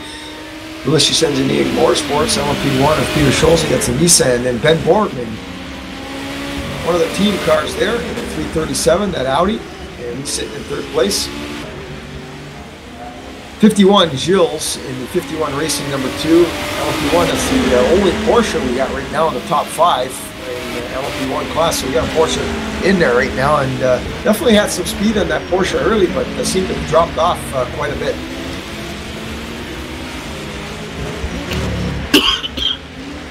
Maybe on fuel conservation, try to get to the end. Yes, it could be fuel, and it could be just, we got one off the track. We're just getting a look at now as Agnes Tong is spinning off the track in turn number 2 there. He got back on there pretty quick. I was just about to get to him there. He had his lights on. At the time, he looked like he was going to pass somebody, and then he just overshot the keyhole. All right, we're down to 35 minutes to go. Any predictions here in the booth? Lazarus, Sean Jacobs, and still haven't decided on the GTs. Lazarus on the P1s, Sean on the P2s. I'm pretty sure the Rookie Monster car and the GT3s is set. I've laid it down. Hopefully I didn't give him the commentator's curse. Hopefully not, but we got battle going on here. Let's see if I can get up here with Eric in the P2 and the 14 there. He's in a bunch of traffic right now. See him on screen here as P1s are just whipping through GPs and LP2s. Just can tell something's going to happen here. After somebody's off the track. It looks like it's a prototype 2 off the other straight up the front. One of the front straights and semi-straight in the front. Find out who it is. Well, looks like you got it back going around the track.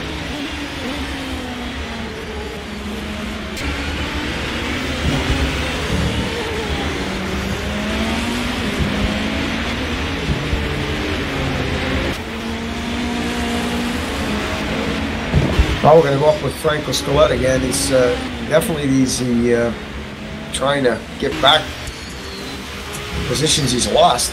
And he was in the pits to make his stop. But now he's putting some laps down and trying to catch. He's pushing the car hard, trying to catch as much as he can here. Last lap, it was a shame he was on the lead lap for so long, for a good 100 laps, and now he's about 3 laps down. Hopefully he can get some pace up and get some positions back. Well, he's definitely matched the leader on that last lap, 107.4. So he's definitely got the speed to keep up, but the thing is he's going to have to have a little bit more than just the speed to keep up, because he's going to have to catch up a lot of time. So we'll see what happens here. We got a caution in the sector there, in sector 3, trying to find out who would happen. No, we got one off the track. That's Antox in the 59. He's just over the start-finish line there, and the cars are just going by him right now. Let's see if he can get back on the track. I'm trying to take a look. Looks like he's on the track now. Well, you're watching Scalette. It looks like the Antox machine went off the track. He's lost his front end, so definitely that prototype 2. And the leaders, I think, just went by, so I don't think they have too much of a problem. Get back up to the prototype 1 leader. Oh, there's a big crash there. It looks like Bob Marino is off the track there, and Antox just kind of got him. Bob's got Brett's car there. Looks like no wing on the back of it. Take a look at that. See, put him on the screen for you. No, there isn't. Marino's got no rear wing.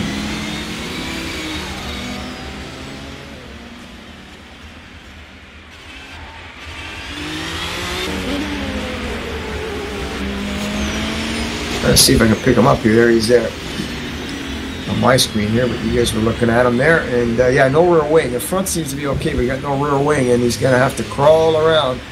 Got his pits on, and here comes the some of the cars. He's got a clear spot right now that he can probably just kind of coast it around a little bit before I see a few more cars. But he's going to have to get that through the Thunder Valley here and into pit lane. It's going to be a long, I guess, 30 seconds to put that wing on.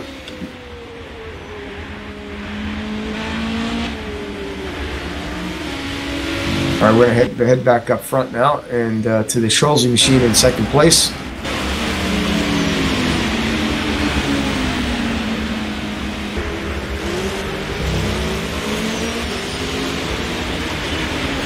As Peter Scholze coming up now, and we'll see what happens here. He's got LP in front of him and a GT there. Let's see if he uses the old horn again to get by. Looks like he got through pretty clean that time.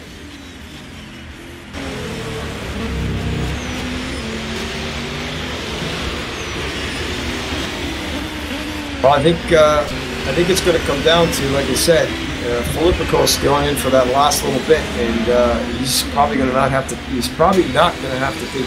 Not going to try not to take tires, because if he takes tires, I don't think he's going to have a shot, unless the Nissan is getting, is not getting the fuel mileage right now that it got in the beginning.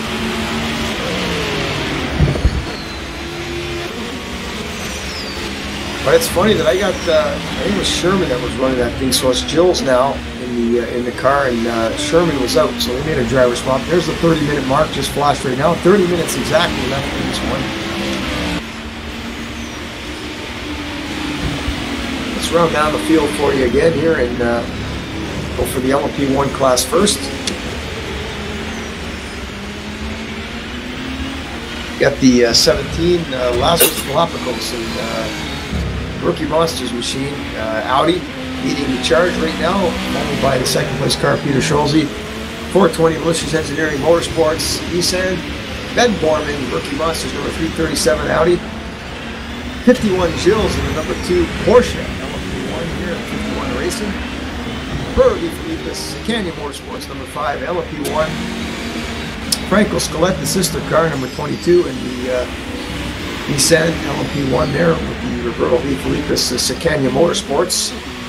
Angus Tong in the 7th spot, Rookie Monsters number 37. Dan, I don't know what team Dan's on. He's in the 81 LMP1 there. Maybe I don't know what team Dan's on there.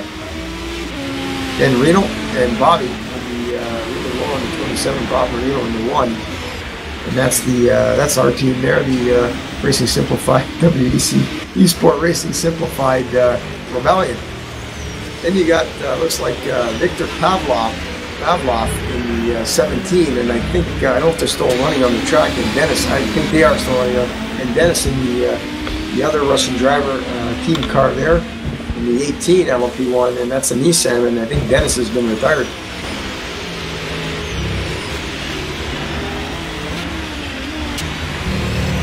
Now going down P2 class, we got Sean Jacobs in the 57 LMP2, Augusto Reyes in the 333.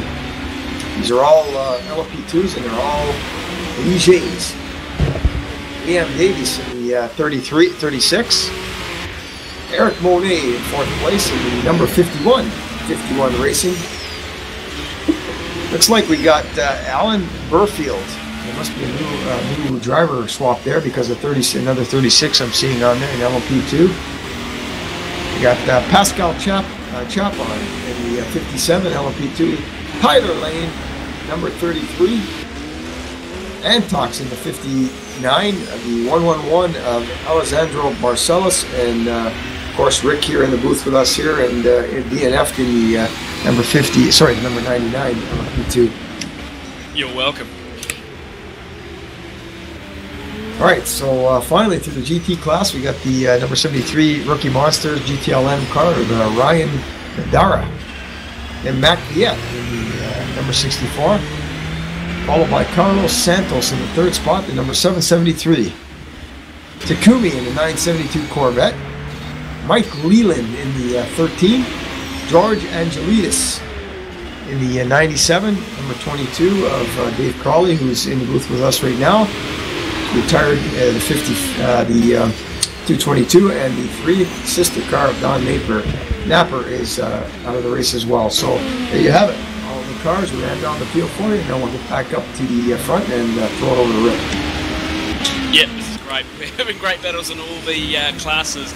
It did get some quite big gaps on the LMP1s, the P2s, the GT3s, that is actually tightening up across all.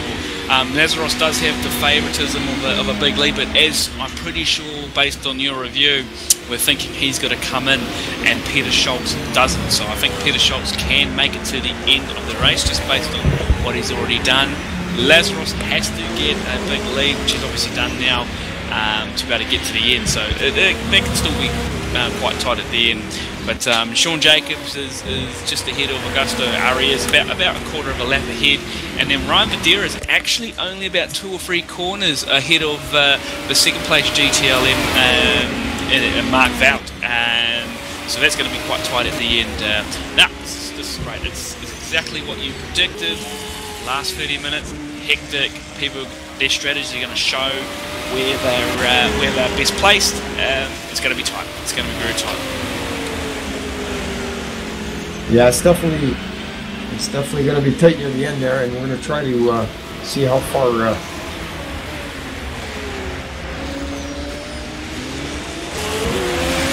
second straightaway.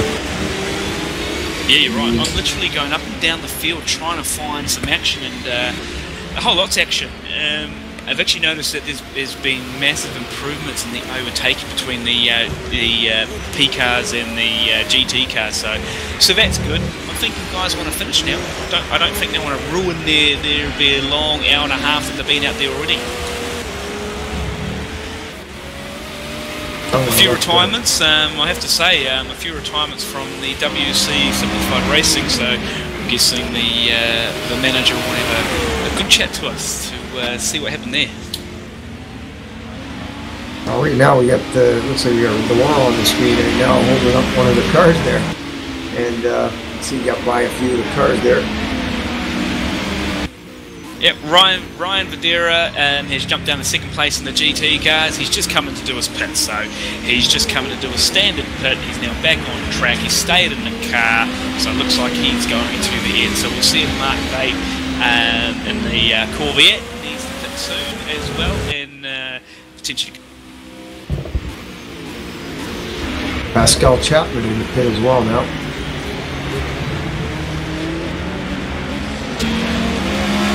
So we're starting to get that last, I think we're starting to get that last bit of pit stops. It's just a matter of when they're going to come in, and I can think that you probably figure Lazarus is probably going to come in just for a little bit of fuel, because I don't think you're going to want to change the tires and take that 40 seconds, 45, 50 seconds. I think you're right. Actually, Lazarus just had a quick touch-up with T. Antox in the P2 car and T2G car. So just needs to be careful, even though he's got a big lap, he's a lap ahead of Peter Schultz. Just got to be careful not to touch these cars, because as we all know, penalties could affect this race. But no, regardless, he's done well. He's got the pace for this series. Yeah, he still looks like he's still running pretty good laps here. Actually, he's running right now. It's looks like 104. Sorry, I missed that lap there, but looks like 109 on that one there. Big shout out to the guys even at the back. George Angelidis, well done, mate. 28 laps down on the leaders, 3 or 4 laps down on the next race in front. But yeah, he wants to stay out. He's racing his own race. He's probably just enjoying the experience out there. So good on you, mate. Stick it out.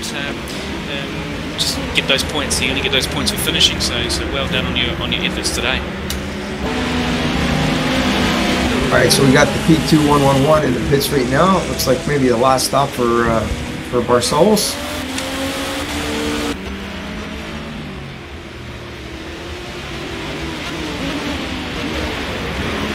I'm seeing the light on. I don't know if it's still there from the other ones, but he's still got his pit light on. So here he comes. Make the final stop. Here he goes. The leader's in the pits right now.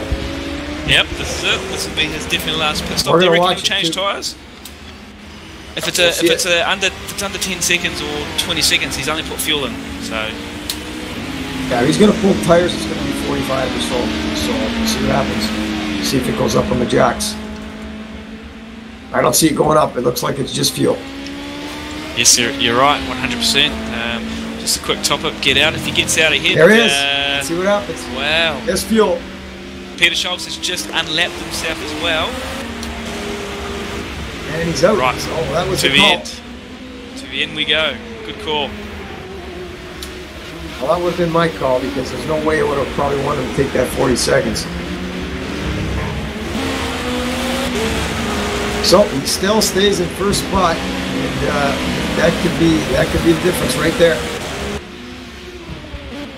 21 minutes to go, and Lazarus looks like doing pretty good. As long as maybe he can keep her in one piece, because you never know what maybe can happen. You go off the track, somebody can hit him. You never know what happens. 420. Oh, He's had a good strategy. Just to let you know too, Rick, because you were driving the last race, so you wouldn't know this, but Lazarus is actually driving on an Xbox controller. No, we know.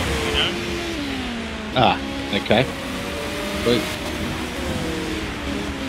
Right, so we got a battle here in fourth spot. Gilles is just in a big,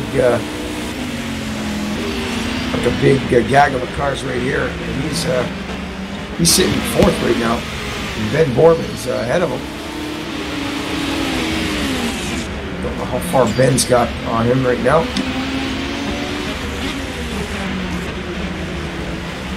Looks like Ben's on 115, so he's got 2 laps on him. So Gilles is probably maybe content to grab that spot, top 5 in the class.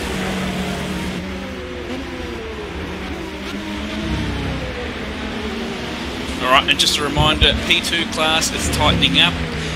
Sean Jacobs is only a few corners ahead of Augusto Arias, and in the GTs, Mark Vate is only just ahead, 1 corner ahead, sorry, 2 corners ahead of Ryan Madeira in the Rookie Monster. Looks like we might have had a drop driver, and got back in. Looks like Barcelos there must have maybe trying to make a driver swap or something, but he rejoined. It looks like he might be trying to get back in the race. Right, it's all cleaned up at the front too. Lazarus is a genuine 47 seconds ahead of Peter Schultz after all pits. All pits done. Now it's to the end for pace. Roberto De Felipe has had a quick spin. He's gone into the wall. He's just stopped the car, waiting for cars to get past, and now he's back on. All right, we're following right now. We're following along with the 11th place car of Augusto Arias, who's currently P2, second place, as he tries to run down the first place car, Sean Jacobs.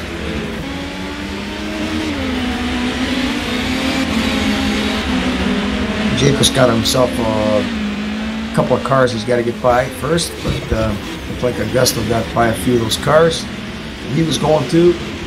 And they're pretty close, because right now he's going into turn 5, and Jacobs just going through Thunder Valley now, so he'll be going right through in a second here. So they're pretty close, and all it takes is one of them to go off the track, and that'll be it. So this is definitely a battle for the first spot, with looks like 18 minutes left on this one here. We got the yellow flag right now in sector 2, trying to find out who it is.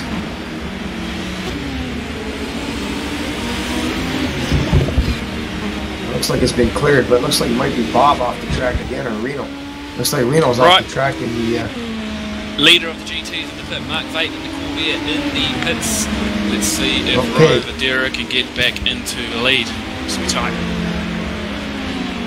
Yeah, Mark Vate he's definitely in there, and let's see if we can find... let's see if he can carry that second place GT Yep, Ryan car. Madeira's is going around the last corner now, coming onto the main straight. Looks like Ryan Madeira's going to get into the lead. Both going to be on their last stint. Mark Vetch just coming out of the pits. He's just left his pit box. Ryan Madeira's just gone past, so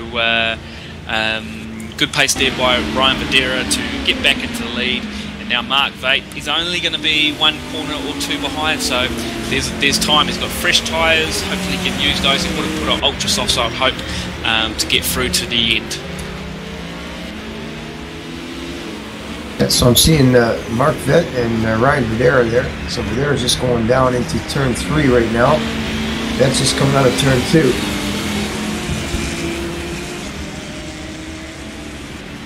So I definitely got, they're close, but it's going to take, with 16 minutes and a half to go, it's going to take something like somebody getting caught somewhere to relinquish the position. I don't think, there's a lot of time still left, but I don't think that these guys keep running about the same lap times. I don't think they're going to catch up to each other.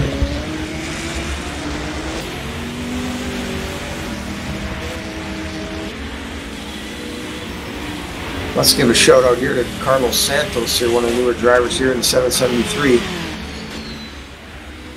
Looks like that's Rookie Monsters colors there, Carlos Santos. We'll see if we can get him on screen for you here in the 773. Aston Martin there.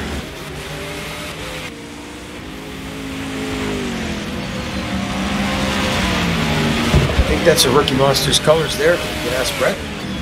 Yes, it is.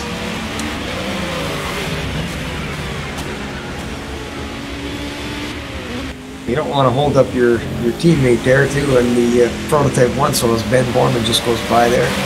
Rookie Monsters prototype 1. If we can't hit back up, find battle, closer battle here.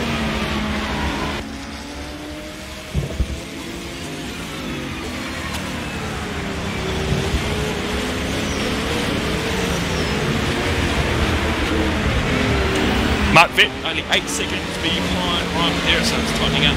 8 seconds in the G2s.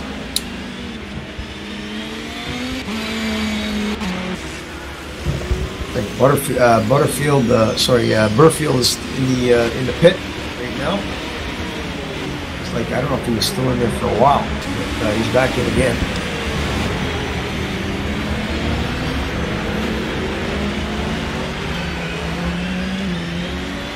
Well, I think it's going to take something now to catch up to that first place LMP1 of Lazarus Philippos there, because he's putting the laps down now, and he's doing it on second stent tires.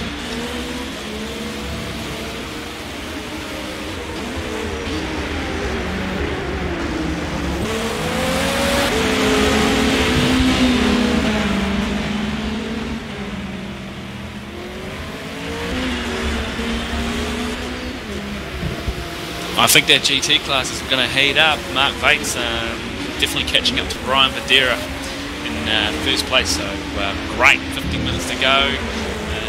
Should be exciting near the end there.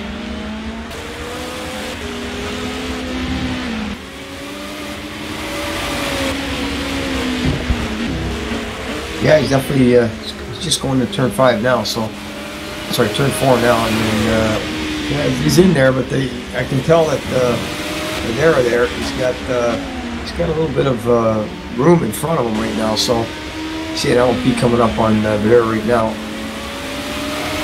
Try to get him back on screen here.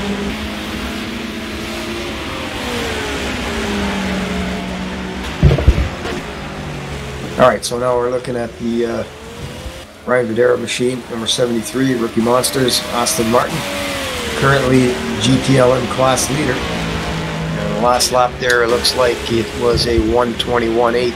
See what the second place car runs here. Was he gonna hit the line right now? And he got a 1:22.3, so he's actually slower on that last lap there. And just an update on the P2s. Augusto Arias has actually caught up to Sean Jacobs. He's actually talking about 5 seconds out. Just watching now, we're gonna crash with the Hancock machine 59 P2. Looks like he's got it going again. Oh, and again. Looks like Geiser's been going off in that first corner there.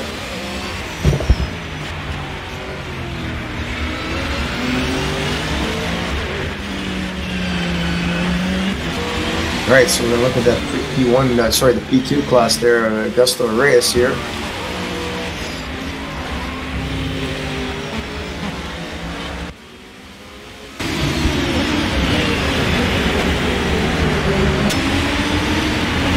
Yep, just looking up and down the field, just looking for the action.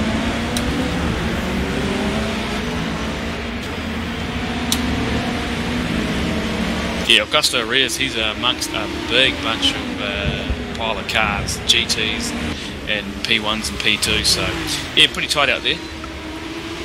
Alright, Jacob's last lap is a 112.771. Let's see what Augusto's lap is. Just coming around the last corner in the second here, and we'll see what he gets. His was a 114, so he's definitely pulling on that lap there. It's great. I just hope nobody gets in the way of the cars that are racing now, because this is might cost them their race. Oh, we got one in the wall. Alan Burfield again in the wall with the 35 LMP2. He's got it up and running again, but let's take a look at him. If we can't get back to the leader here, and prototype 1 again, back up front. He's run 124 laps so far, this Lazarus Philippikos. 123 laps so far for the 420 in second place until he hits the start-finish line. He'll be on the same lap as him, and then the Ben Borman machine, it's 123 laps he's run. So, I mean, these guys are close together, but like close on laps, but we definitely have a little bit different speeds, because Lazarus seems to be outclassing them right now, especially on used up rubber.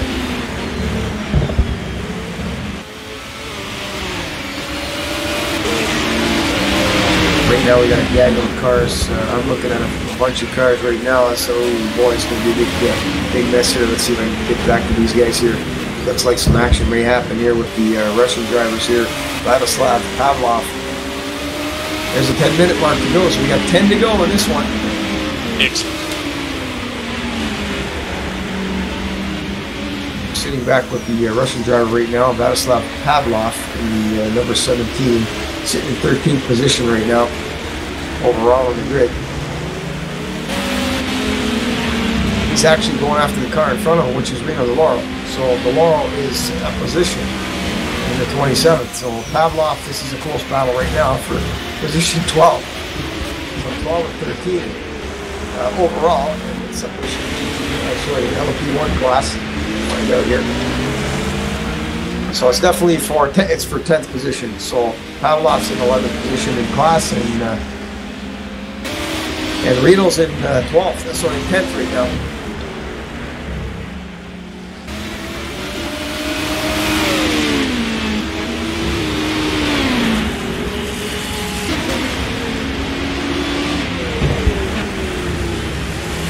Reno's right up on the corner, and coming through the last corner is going to have some traffic pretty soon, so we'll see what happens here when that traffic backs up, going up to the keyhole, because Reno's in the traffic right now. And close behind him, as you can see, up front there, it's the Reno's there, and here comes Pavlov behind him. He's right up on top of him, 6 or 7 car lengths right now coming off the corner, down the straight. He's going to catch traffic again. This is going to be a battle right here, and then we'll bring you back to the. This is right now. This is the closest I got for you, and then we'll bring you back up front for the end of the race. There, we got 8 minutes, 13 seconds to go in this one. It's a battle for 10th position in LMP1 class as Vladislav Pavlov in the 17 Rebellion LMP1 is going after the Racing Simplified Esport number 27, Reno de Laurel.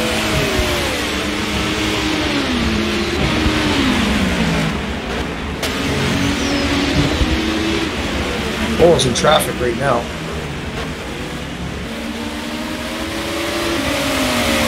That's actually an LMP1 that is passing too, so that's on one laps in front of him. Actually, that's not in position for Reno, but he looks like he's faster than that car, that Sakanya Motorsports machine. He's got up beside him. Look out, it's stacking, racking, and packing into the second corner. Yeah, that was tight. Too tight. Reno takes the agricultural way out on the grass with the 2 tires. Good save. He's right up on top of him now, so Reno's going to have this. This is going to be some action, so we'll see what happens here, because there is a bunch of cars right there. no doubt it's going to be some action with the Russian driver and the Italian, one of the Canadian-Italian drivers we have in our car. He's got a good run through the S's though here, but he's going to force the issue on some of these cars that are actually running in front of him. They're not for position for him, but are for position to race. No one will be knocked out. That'll bring up Pavlov right up behind him there, and that's for position. Reno's right up behind his Canyon Motorsports machine there. Roberto Felipe's keeps punching one out of the way there. Not get taken out. These guys are actually behind him fighting for position. Oop, run a bit wide side by side. Oh! I think Reno's going to let off going into that corner. But looks like Pavlov's got more speed than him. That's right in front of him there. Oh, he wants a little wide, but Reno goes underneath. He's going to make a little crossover here. Oh, got the position back. And there's more traffic in front of him. Look at all those cars. There's about 6 cars right in front of him. You can just see it coming. Bowling pins are coming here. Oh, it's coming. It's coming. It's coming. I guarantee you. It's coming. Side by side. That was some tight racing. We got through that too, so good job, guys.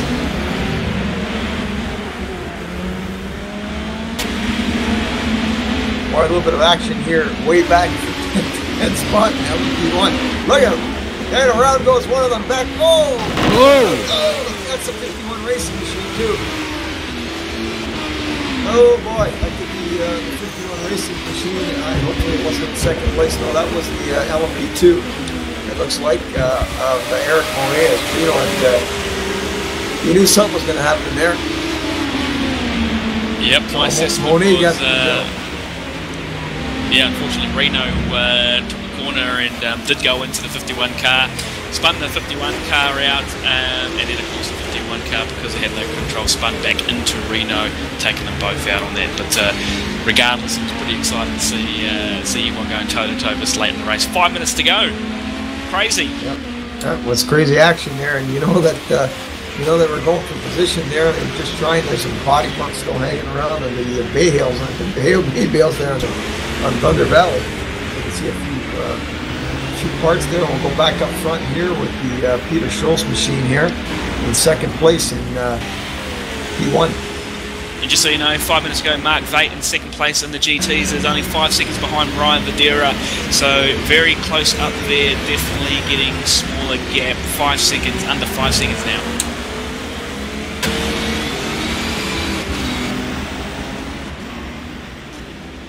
And in the P2, Sean Jacobs has steadily kept his position, his gap about 13 to 15 seconds between first and second in the P2, so very tight there as well. And as we all know, Lazarus in first place, 45 seconds ahead.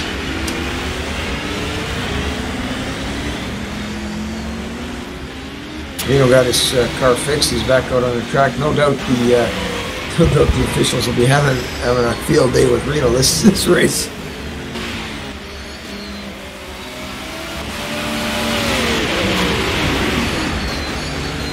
Started off pretty good. He actually qualified second and almost got the pole on with the LMP1, but that looked like it was downhill after the couple of laps there when they went too wide through the first corner, and that was, I guess, the starting of some bad. Reno's around again. Reno's had an accident. Reno's gone into his own teammate, Chapon. Took out the looks like the 57 there. Yeah, took out the P2 car as well. Everywhere. Boy. Not a happy day for WEC Simplified Racing. Yeah, we got cars ripped apart here. Body parts all over the place here, and looks like Reno's going to bounce her off the wall again there, Thunder Valley. But wow, a lot of cars here.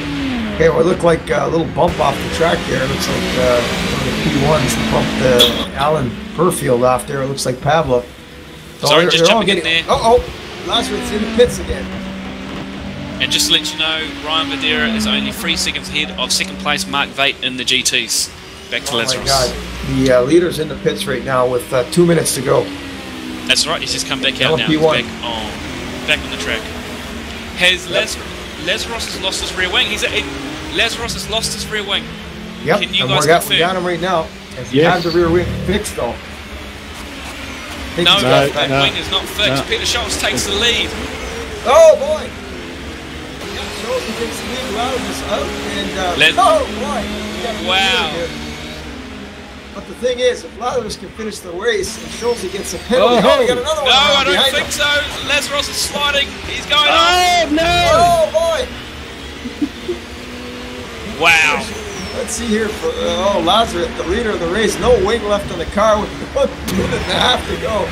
Oh, You guys boy. stay with that. I've got to tell you why you're looking at that. Just so you know, GT3s are in the same. They're only a couple of seconds away from each other. They are literally close. So. Oh, Lazarus! He hits the board again. The front of the car's gone now. Yeah, he's we're watching him. He's done. he's just trying to get it around now, and hopefully he doesn't take out one of the leaders of the other class now.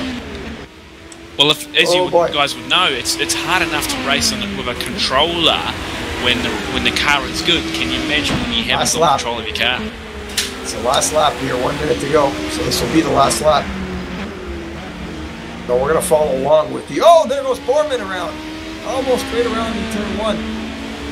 As he's as the leader. Oh, the leader tries to get by Borman there. As Borman's a lap down. The 420 machine of Peter Schultz looks like lucked out here. And you think it was tires? Not taking tires? That could have been the culprit for the Rookie Monsters machine of Lazarus Filippico. I mean, I wouldn't have took them no matter what, but I think that's what it was. Yep, lost tyre grip, losing track time, and lost the ability to stay on the track. You're absolutely right. All right, so we're going to follow the leader here. It's the final lap here. It's coming up in LMP1. Last couple corners here.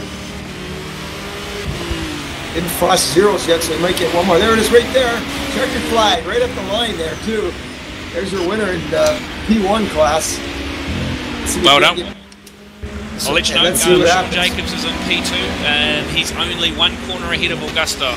And in P3, we've got Ryan Vadera literally just ahead of. There must be 1 second left. There's only a second between first and second in the GTs. Sean Jacobs looks very, very secure in the P2, so it looks like he's going to take the win as long as he finishes his lap and doesn't change any of his pace. We're going to go back. right now, we've got his last corner. Mark Vetch tried to go for a very fast last corner, and he's just done a little bit of a slide. Unfortunately, couldn't take it. Ryan Vadera takes the win from the GT class, only a couple of 1 second ahead of Mark Vetch. So that GT3 class managed to get quite tight there at the end. And Sean Jacobs has taken the win in the P2 class. So, wow, what an ending! Yep, Closer good job, than drivers. we expected.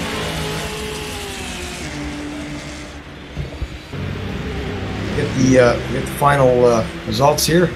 As soon as we get the final cars hitting the start-finish line here, as you can see the Corvette coming by.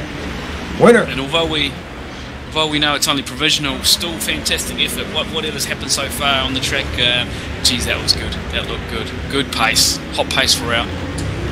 Oh, we came in the last couple of minutes and looked like he had it sewn up.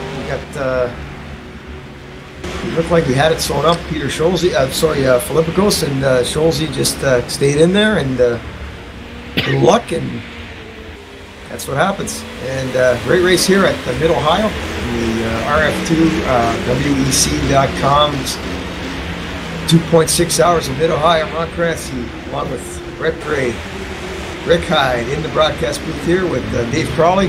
Bob Bernino joined us earlier as well, and looks like it's a pretty good run, a successful event here at the Mid-Ohio Sports Car Course. Hopefully we'll see some more action in the next race, the round 5, I guess it will be. And that's going to be a good one too, I think, because full course cautions may be on the horizon there at the Detroit Belle Isle. Here, another sprint race coming up in a couple of weeks for these guys to go at it again. So definitely come back and watch us in a couple of weeks, and hopefully you enjoyed the telecast.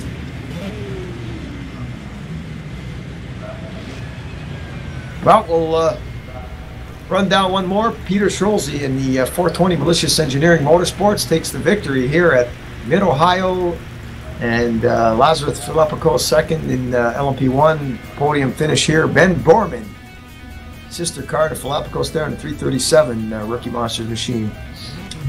In LMP2, looks like we're going to go through the P2s right now. We got Sean Jacobs in the 57, taking the victory, putting it on the podium. Augusto Reyes in the 333 Rookie Monsters machine in second. And Liam Davis, a good finish for him here in P2, number 36. So Liam, congratulations on a podium finish there for you and your class. And in GT LM, it's the Ryan Verdera machine taking the victory in the number 73, followed by Mark Viette, 164. And good show for Carlos Santos. I guess one of the first races he ran in the 73, 773 car. I think that's another Rookie Monsters machine. Another podium finish there for those guys. So congratulations, podium finishers, and hope to see you back at the next race, round 5 of the sprint round here at Detroit, Belle Isle. Mid-Ohio Sports Car Course, 2.6 hours of Mid-Ohio in Ohio, USA. So, Rick, you want to add anything to this? Let's take a look. Great job there. Thank you. That was a fantastic race. Looking forward to the next one. It's getting pretty tight. There's no favourites in any of the classes, which is I think what we're looking for. So very, very cool. Lazarus, unfortunately, obviously had the problem at the end, but great to see someone with pace up there to give Peter Scholes and the rest of the guys a good run for the money. Sean Jacobs, well done. I don't know where he came from, but I think would have anyone be glad to have him in the team. He well deserved that P2 victory. And then Ryan Verdera, well done, a great effort there to get it home and did just enough to stay ahead of Mark Vate. So good work to all the winners, all the podium, and thank you for everyone for joining in. Yeah, and thanks to Ron and Rick and Hitman and Bob for commentating on the event. Well done to you guys and to all the admins who put in a lot of work for the event to run. So, yep, well done to everybody that finished. And we'll see you next round at Belle Isle.